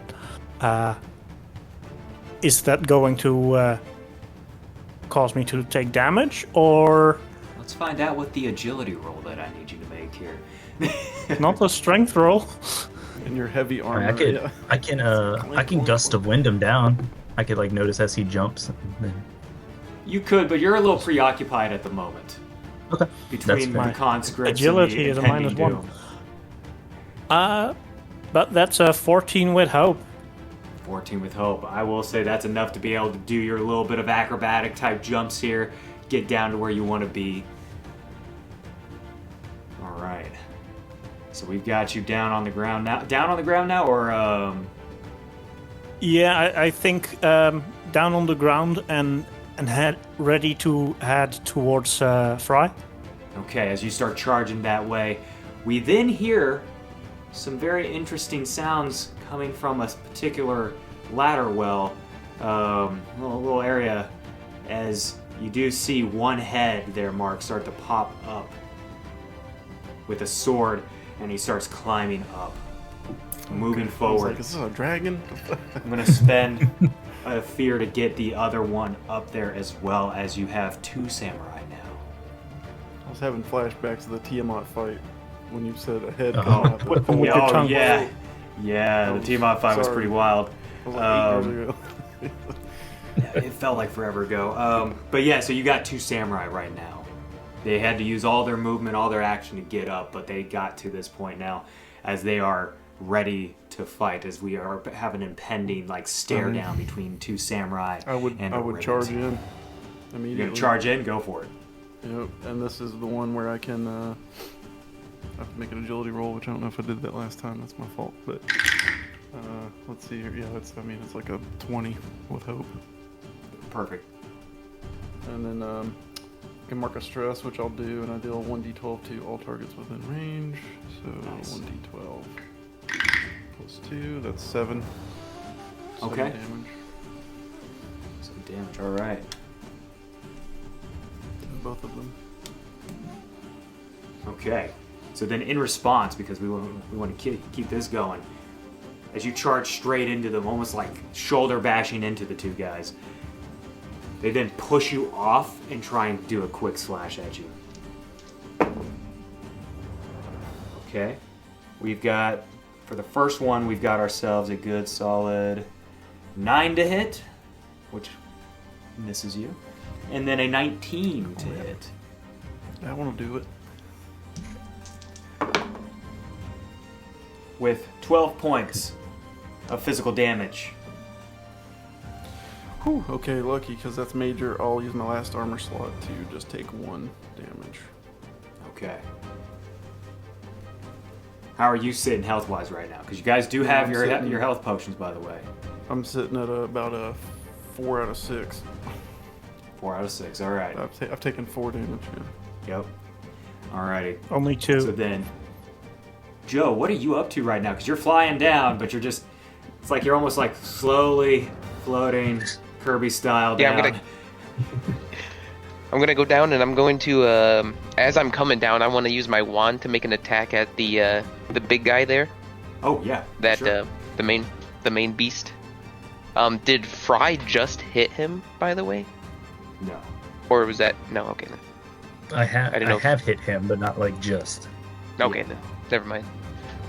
I'll make the attack at him. Hopefully, it's with fear. It's not with fear, and it's a 9 with hope. So Oh wow. Doesn't hit. No, it does Although not. he is at a lower difficulty, it still misses. I'm just gonna keep going down until I hit the floor. As he pivots out of the way, now looking up at you, he turns to one of the little what do you call it? Little weapon racks. And he grabs one of the spears from up there.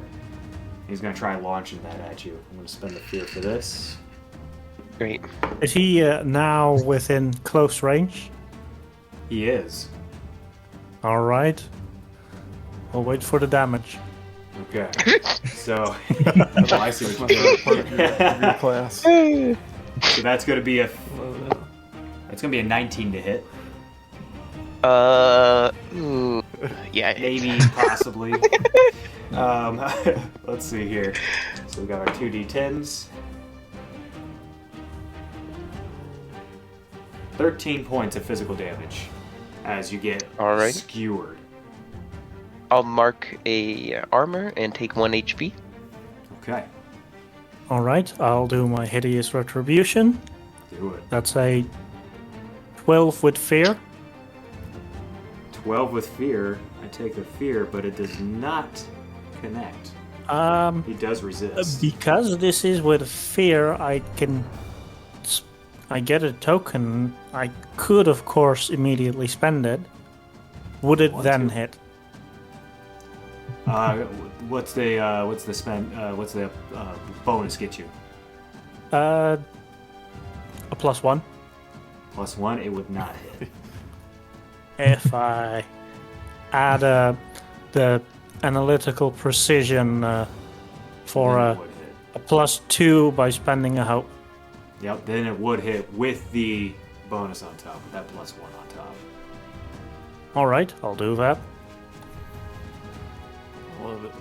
Sweet. And It's a- then I have that's to mark NCO right there. a Key stress. to air power. Yeah, And Key to air we power. do another 2d6. that's flexibility. That's 9 points.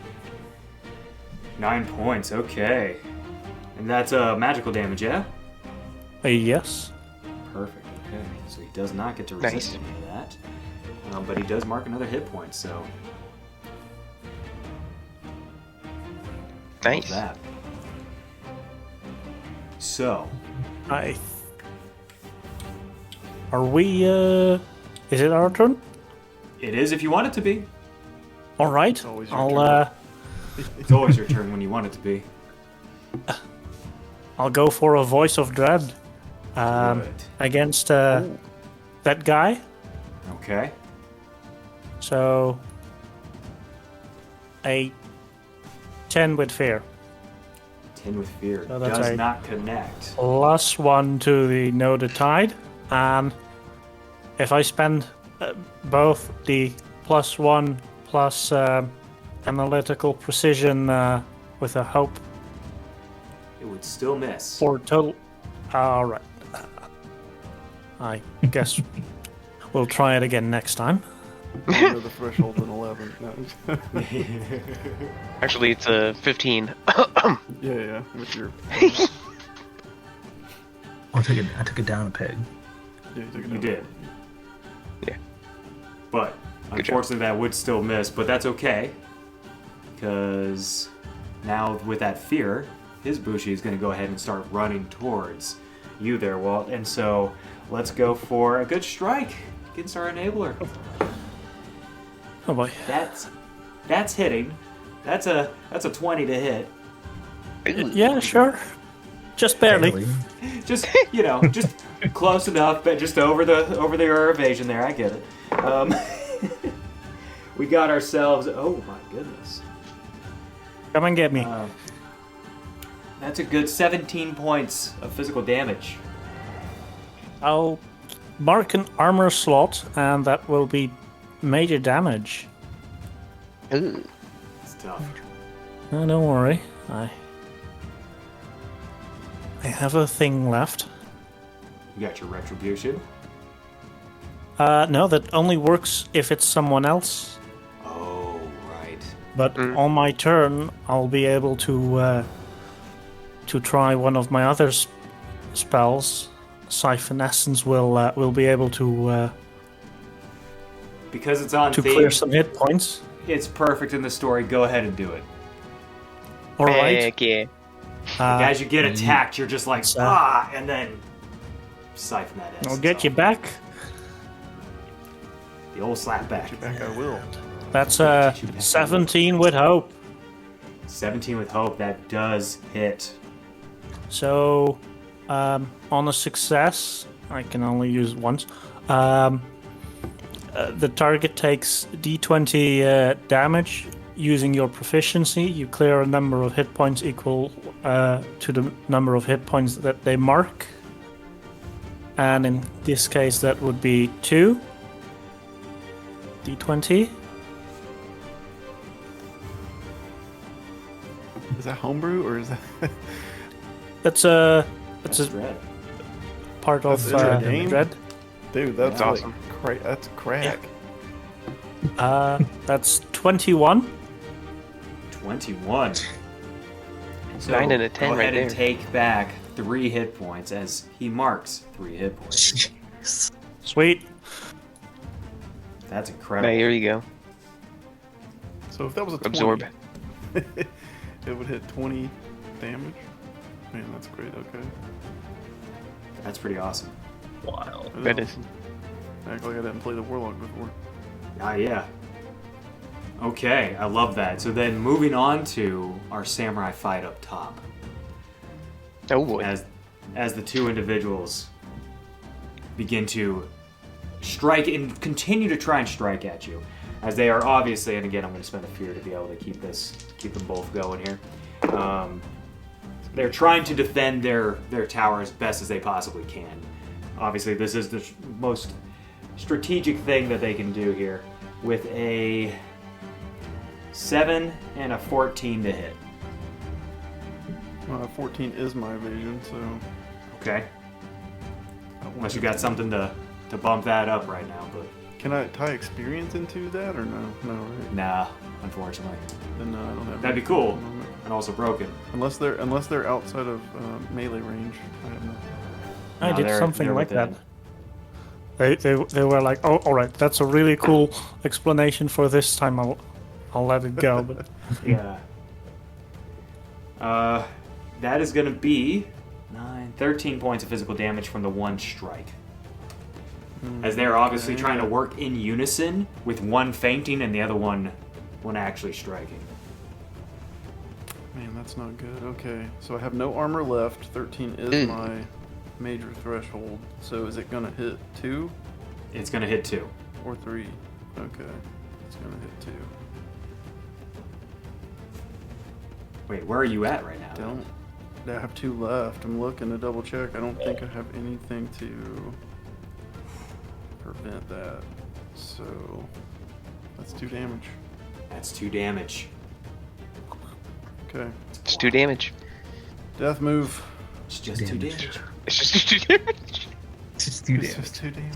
would this still be within close range? He's out of sight, unless you have something that's very voice related. Nah. But he's out of sight, I so mean, you're I not can able to see do this. Voice of Dread again, but that's not a reaction thing. Yeah. And it's just unfortunate because he's like all the way up there. And it's like hard to see that anything like that's going on. You just hear the clanging of steel. So that's about it. It's an interesting Right. situation right now, though, right? Like that's Yeah. that's tough up there. Kairushi starts to fall, but I think I only have one option after looking at it. I'm gonna have to just do risk it all. Let me warm these dice up real quick. Oh, are you in a death move right now? Yeah, I'm down. You're down. Oh, shoot. Okay, you're gonna go for a risk it all. I'm gonna risk it all. Risk I'm it gonna for roll the these dice. biscuit. Unlike Fry, I have more sets, so I'm rolling them both at once. Yeah. Let's see. There you Blue go. one's the hope. Blue one's the hope. Let's go. The hope is way lower. 10 on the dice. Okay, if fear is how your character crosses through the veil of death. Yes, they do. No. I fought to the So, end.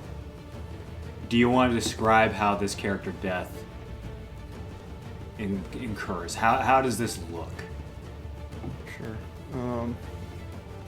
I guess just as I charge in and hit them, it's just too much, right? I've already been battle fought at my breaking point, so I think my stamina's weakened and they've just gotten me on a good,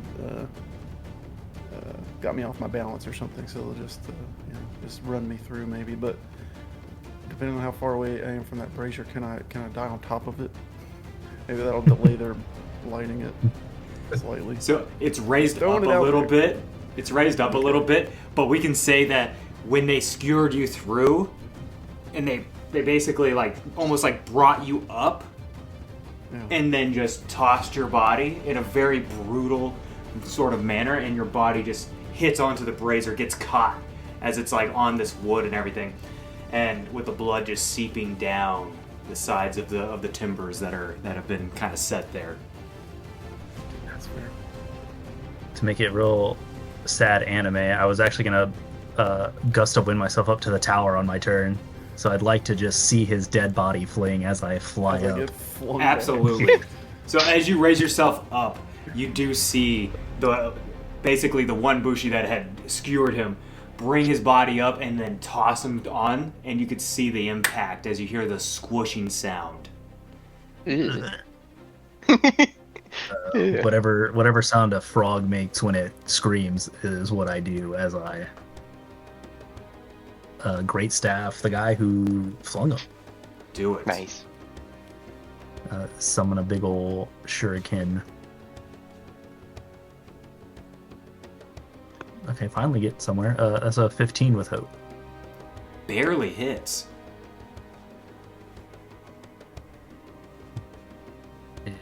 It's I got to add into this. Definitely poison. Do that. Are they within very close when I'm up here in the room? They're not within very close of you, but they are within like melee of each other right now. Okay, so I can't whirlwind them then. Okay. Can you not? Is it very close of you? It says when you make a successful attack against a target within very close range. Yeah. Oh, okay. Dang, because that would have been really cool, actually, like with the shuriken coming through and actually you get to do the damage to both of them. I was like, I still have Oh, yeah. movement. Since the gale Yeah. just lifts me up, if you can say I can get close enough to it, I will. I'm all for it. Go for it. Okay. Awesome. Okay. So I need to roll this, because with that I get to roll an extra, so that's 12 plus the d6 from the poison I'll do. Nice. Okay, so I got 12 from the weapon, and then rolled a 6 for my leech weed. Add a d6. So that is 18. Okay. Nice. It's magic damage because it's the great staff, and then I will spend the hope for the whirlwind. Okay. So that's 18 to the main guy, and then the other one takes half. So to the main guy, as it comes swinging in here, it basically like chops straight through as it's like razor blading all the way through, right? And goes straight through his neck, cutting pretty close. But because he's one of the shorter ones, the other one's a little bit taller, it only slightly cuts into the arm of the other guy and takes the one that actually had killed your buddy there, takes him down.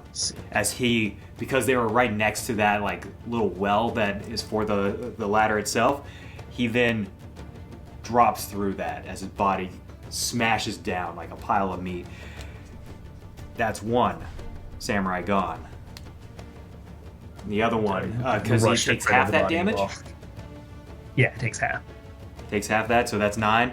He takes 2 points of that damage as well, because that's Ooh. just into his major, just barely into major. Nice. I like it. I don't like it, but I like it. Yeah. I'm gonna go Alright. in. Yeah, what are you doing? Yeah. I want to go in and attack the main guy that went after Wolf over here. Mhm. And I want to do the flame, wild flame on him. So I'm gonna get within melee range and just use that on him. Sounds good. And hope that I get a get it with a fear, which I do not get it with fear. 11 plus 3 plus 3 is 17 to hit. That does hit. Alrighty. 2d6. And that's a 7 damage. And and then also, I always forget to say this, but the targets you succeed against take 2d6 magic damage and must mark a stress as flames erupt from your hand. I forgot that last a couple times, but It's important things, I will say. Okay. Yes. He only takes 1 hit point, and he does mark 1 stress. perfect. And I'm right behind him now, so Are there other enemies surrounding him as well? Or There- is it just us two and that guy? So you've got the samurai on you. You've got the captain, the Manticore captain that is now dealing with Joe. The conscripts, the Ashigaru that were working on Fry here, have now kind of turned their attention away because Fry had basically gotten away, and so they're like, well, can't really do anything with that. Actually, they look up as he's going up. They're going to go for the actual ladder itself. So you start to see them disperse out. So you've got a one-on-one. He's got a one-on-one. And actually, the conscripts that you guys came with, those Ashigaru, are now turning to then try and help the fight. So they're running in right now to kind of help you guys out. I'll tell him to go for those conscripts as I attack the one that's in front of me, and Sounds good. I will bring out my stamina potion, and as I chuck it, I will also turn into an Ortsteer. There it is. Ooh.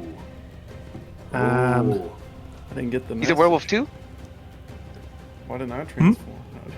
Nice. He's a werewolf too now. We're just excited. yeah, so What moon phase And- do you have? I figured that the half moon was or no, crescent moon is it's pretty thematic for us, and well, maybe Flickerflies do fly a bit more often when there's a crescent moon. There we go. I rolled a 4 on the die, so I'm free of stress, Okay. Very nice. and I'll attack him with my haloed axe. Okay. And that's a 17 with fear. That does hit. Nice. Take that. All Fear. right.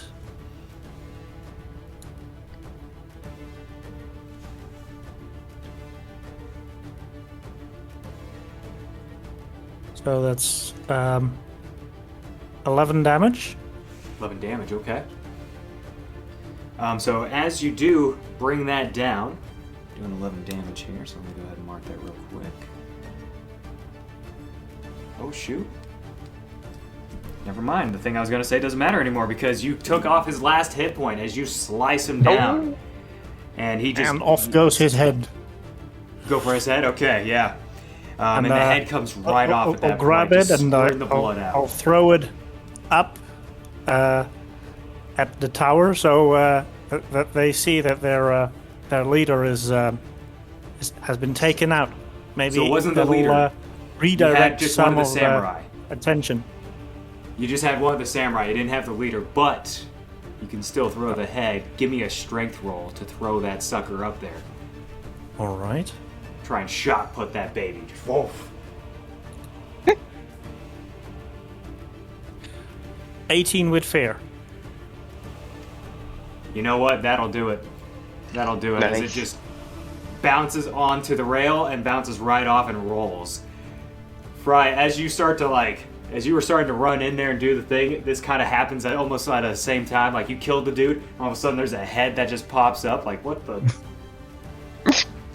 And they look like the other dude looks down, just kind of confused, like he's hurt. He sees a head. It's like, what is happening here? He's gonna rush in to attack you, Fry. Oh boy. Bring it. That is a 14 to hit. That'll do. Okay. It's like his last ditch effort here to Choose a try number, and yeah. try and take you down. That's gonna be 15 points of physical damage. Owie. I have no armor left, so. Okay. Oh boy. As he starts striking in on you, you're trying to dodge out of the way, get all nice and agile with it, but he still finds purchase. Yeah, same. I'm gonna summon some kind of sword. I don't know. Give me weapons. A katana. That's There what you I'll go. summon with my great staff. Hit a slice at him. Okay.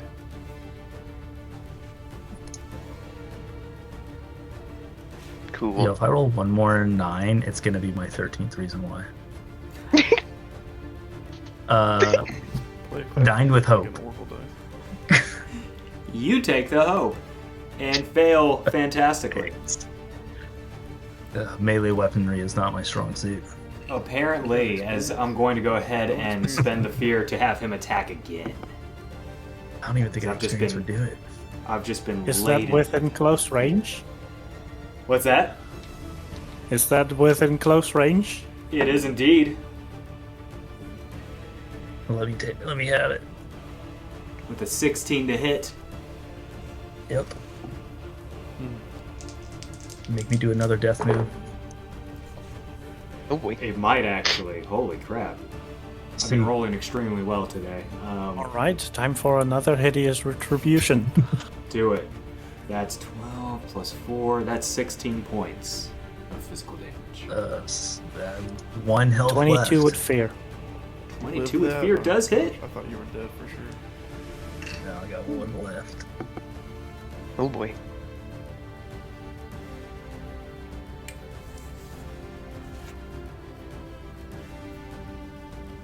That's 7. Okay, that is just enough. That is just enough to kill this individual. As you get this this hideous retribution, how would you say that this kind of happens for this guy here? Because as you hear this kind of going on up top, you see it almost as they're like next to the railing, and this slash comes through on Fry, really taking a good chunk out of him. What does your retribution look like? How does this come in? Does he have a big old gaping wound from my thing? Just rip it open. Your mother, I told she was. And you'll be frog legs? I don't know. That's awesome. As that like almost emanates from the wound itself and wrapping him up, he cripples down and just contorts for a moment, and now he's on the ground dead. And Fry, you're there just He dies in a frog position. No. yeah, he dies in a frog position. Yeah, legs are out. and then Fry, you're there just kind of almost bleeding out at this point. Like you've taken some solid hits again and again and again here. But it seems to be Leaning pretty on the clear edge. up here, as you do finally get to see the full view of your dead comrade here. Okay, Joe. The conscripts kind of run past you going towards the tower to try and take on the other conscripts that are making their way into the tower itself. So they're trying to get a little bit of a fight going on in there. The leader focuses in on you, and he's gonna go ahead. He's just gonna do a normal strike here, but he is gonna try and attack you a few times here. Alrighty. For 16 to hit. That does hit, yes. For 11 points of physical damage. And that Within is close range? It is indeed. You've centered yourself in a nice solid area to be in like close range of everybody right now. That's what an enabler should Exactly. This is such a good spell. That would be 14 with hope, and I forgot to roll a d4 on the last one, but that one doesn't matter anymore. It just barely hits because of the fact that Fry had marked him for death. nice. Or no, it was the So poison. It was the poison, yeah. Yeah, it was the poison. 8. 8 points of damage? 8 points. Okay. As he marks another hit. Magic. Then in response to that, as he feels this pain surge up looking at you, he then tries to backhand Joe into the dirt. Oh boy. A 12 to hit? It does not hit. Okay. Got a 13 now. As you just duck just in time as this large fist from this Dracona captain comes through, completely missing you. Okay. And then, as I'm ducking under, I want to do a wild flame on him. Do it. 9 plus 12 with fear. I will take the fear. Actually, I won't take the fear. And I'm gonna spend that fear with another fear. It doesn't hit, but I'm gonna spend that fear with another fear to end the poison. Because Fry, it had to be 2 fear, right? No, that's to end mark for death. The poison is permanent, Oh. but it can take off mark for death. I'll take off mark for death at the moment. Okay. I've just got a lot of fear to work with. Thank you, gentlemen. So, You're okay. welcome. But it does not hit. The flames just lick past him and unaffected. Right, Let I'm me gonna help fly you up a with little that. bit. I'll use Voice of Dread to see if I can make him vulnerable. Oh, okay. And that's not gonna work with a 7. Unfortunately not. Oof. Dang. I tried. You did try. It's at least something. You Looks like we're must. very much so cleaned up for a lot of this. You have taken out most of the samurai. There's only a few conscripts and a captain left. That's crazy. Yeah, I want Boy. to summon some shuriken for that captain there. Go for it. I got very far range for those, and we're gonna try and mark him for death again. Okay. Oh, finally. Okay, 16 with hope. Not a 16. 9. Oh. That Not does a 9. We're hit. good. Okay, and then Not a 9. mark a. Yeah, mark a stress to mark him for death again, Okay. and then do this damage. Make sure. Okay, so 13 plus the 2d4. 6, so 19, and I got one more poison on my token. I'll do Okay. an extra d6 on it, Oh boy. which is another 6. Wow. So 25 Yeah, 25. magic damage. So go ahead and describe how you end this Manticore captain's life. What is it? I think it's Fuma Shuriken, like the big Shuriken. I think that's what I want to summon. Mhm. Yeah. Is what he launches down at him to basically just try and cut him in half. Okay. Oh boy. And it almost doesn't for a quick moment. It only gets through like maybe about 7/8 of him. And so there's like a portion of him still hanging on as it cuts through. And it takes him a second as the legs kind of lose that strength, lose that energy and go slack. They go from being stiff to just slacking. As he kind of counter falls, but because of the skin that's still attached to the legs as it goes down, he then has to flop extremely hard into the dirt. Just before your eyes there, Joe. Just as you're getting like attacked and hit, and like he was coming out for another strike, and this happens. As he folds in on himself. I guess Well, Clank will run towards the conscripts and try and finish them off with the Dragon's Breath. Go for it. That's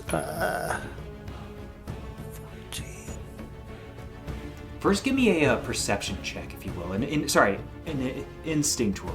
An instinct roll. well. As I'll you run in. use this as the instinct roll then.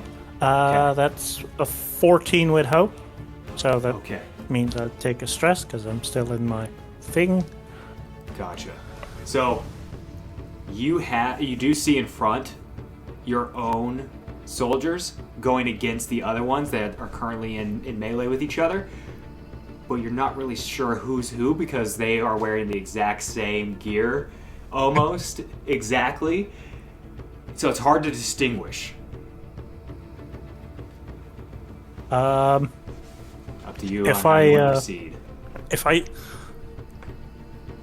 I'll spend What's the plan? a hope to add expectation defying. Okay. It's one of my experiences, and I call out something like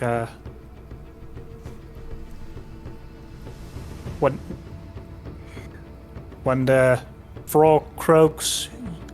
No, wait.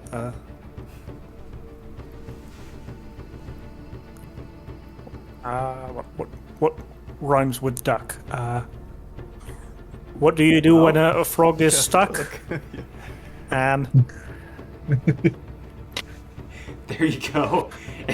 And your guys, those who- having been used to those you. who duck are clearly my allies. Yep. So those that don't duck are gonna get hit. And clearly hearing this, they go, wait a minute. And then they just all like just duck from view. So go ahead and roll the attack against the individuals that have not ducked. Which there's currently that's- 5.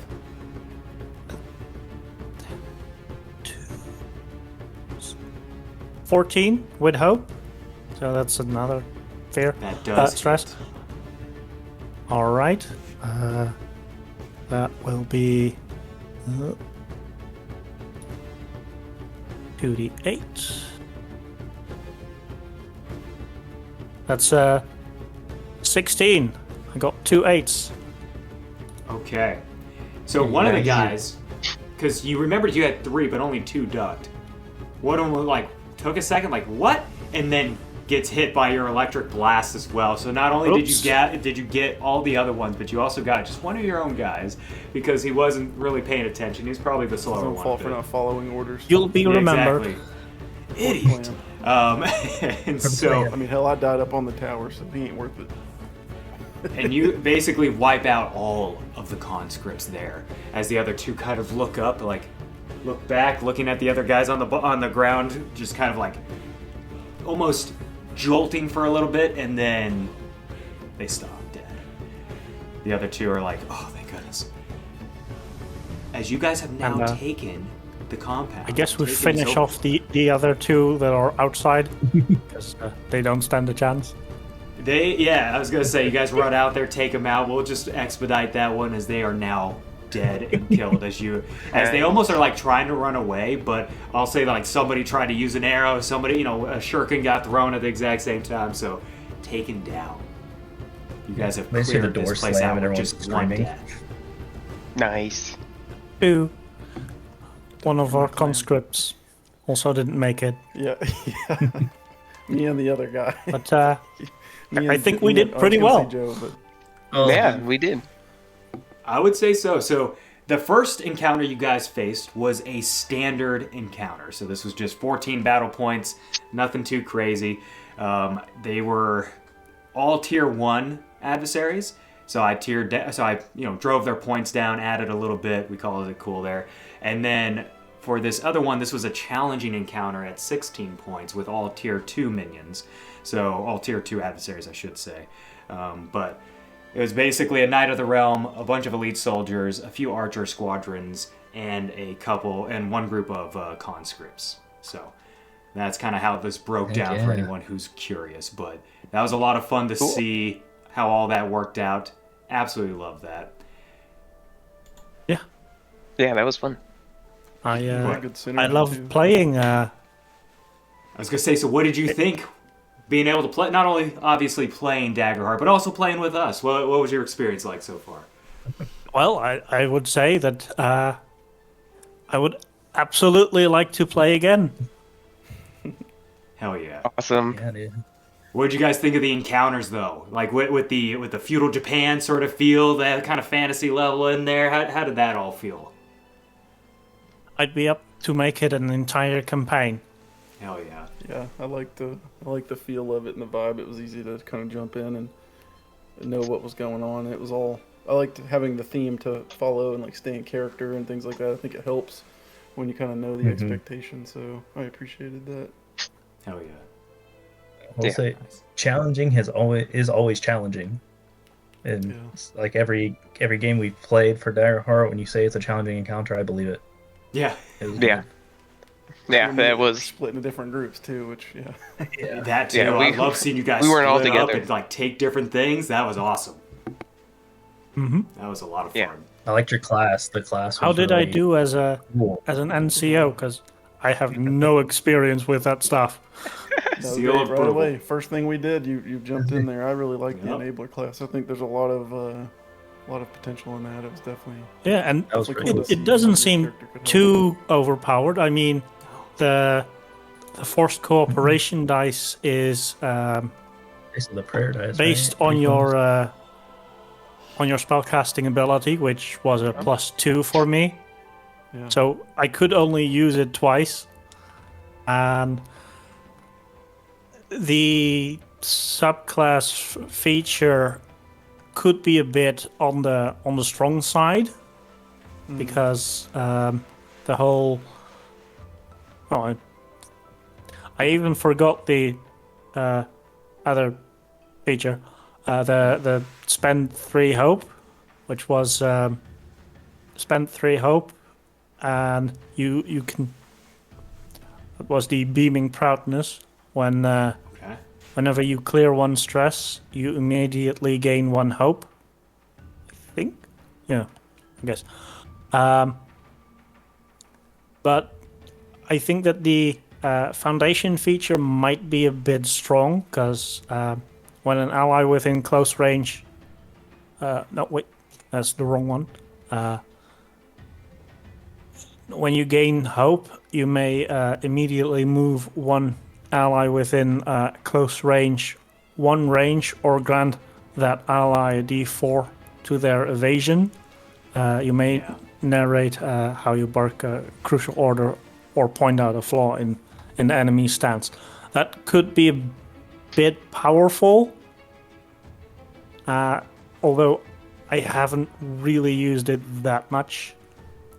Feels like I think that it could would probably be be used with like a number of times to your spellcasting trait kind of thing, or to your presence even. So Yeah, that way that it's could very totally based work. off of. What's that? It could work like the Slayer die too, where it's like instead of Yeah. gaining the hope, you do that. That's what I was about to suggest. Yeah. Yeah. I like that. Something similar, even if not the same. You know what I mean? Yeah, You don't want to just copy the skill, but something like that would be cool. Yeah, I like that a lot. Could That's- be even Yeah, like no, when that you was- take damage or something. that should work. simple, you know? That was fun to see I like in it. action, I will say. I would love to see that continue on as well, like actually see, the specialization side of that and then getting into the mastery and all that. That'd be fun to see for sure. It would be. But Yeah, it felt very, and the Dread and Splendor together, it felt very like Yeah. They work well. I don't know, with Like the a abilities you dark picked too, it just made me feel like a Death Knight. That's what it felt like with the Dread domain in there and the commanding and all that. It was super cool. well, you have Paladin, you have Death Knight, and I sort of thought that this could be the neutral variant. So you have Paladin, Anti-Paladin, and neutral Paladin. So not technically good, not technically evil, but certainly Like a Jedi. is capable of doing questionable Revan- things for Revan good. was- that's how I feel as an NCO. That's crazy. Yeah. yeah. Sometimes you're good, sometimes you're bad, but you're in the middle overall. You know what I mean? Exactly, a great night. I love it. It's true. Great night, dude. I was think that this would work pretty damn well. I liked it a And- lot. Got That was potential. that No, was it was super cool, extremely well yeah. done. Yeah, I definitely want to see more for sure. But I'd like to hear what the viewers think. So absolutely, yeah. If you want, Be sure to honestly, comment. If you have any thoughts on that, comment down below. Let us know what you thought of his subclass. Because honestly, yeah, we want to know more. We want to hear what your thoughts are, how he could possibly make it better. If it was overpowered, if you felt like it was on point, let us know down below. Thank you for joining us, though, for this community play event. That was a lot of fun. That So was super fun. glad we got to finally Super do fun. something, because you've been watching for a while, commenting for a while, been hearing your ideas for a while. I'm like, we got to get this going. So, yeah, that was fantastic. So, well, until the next community play event, y'all.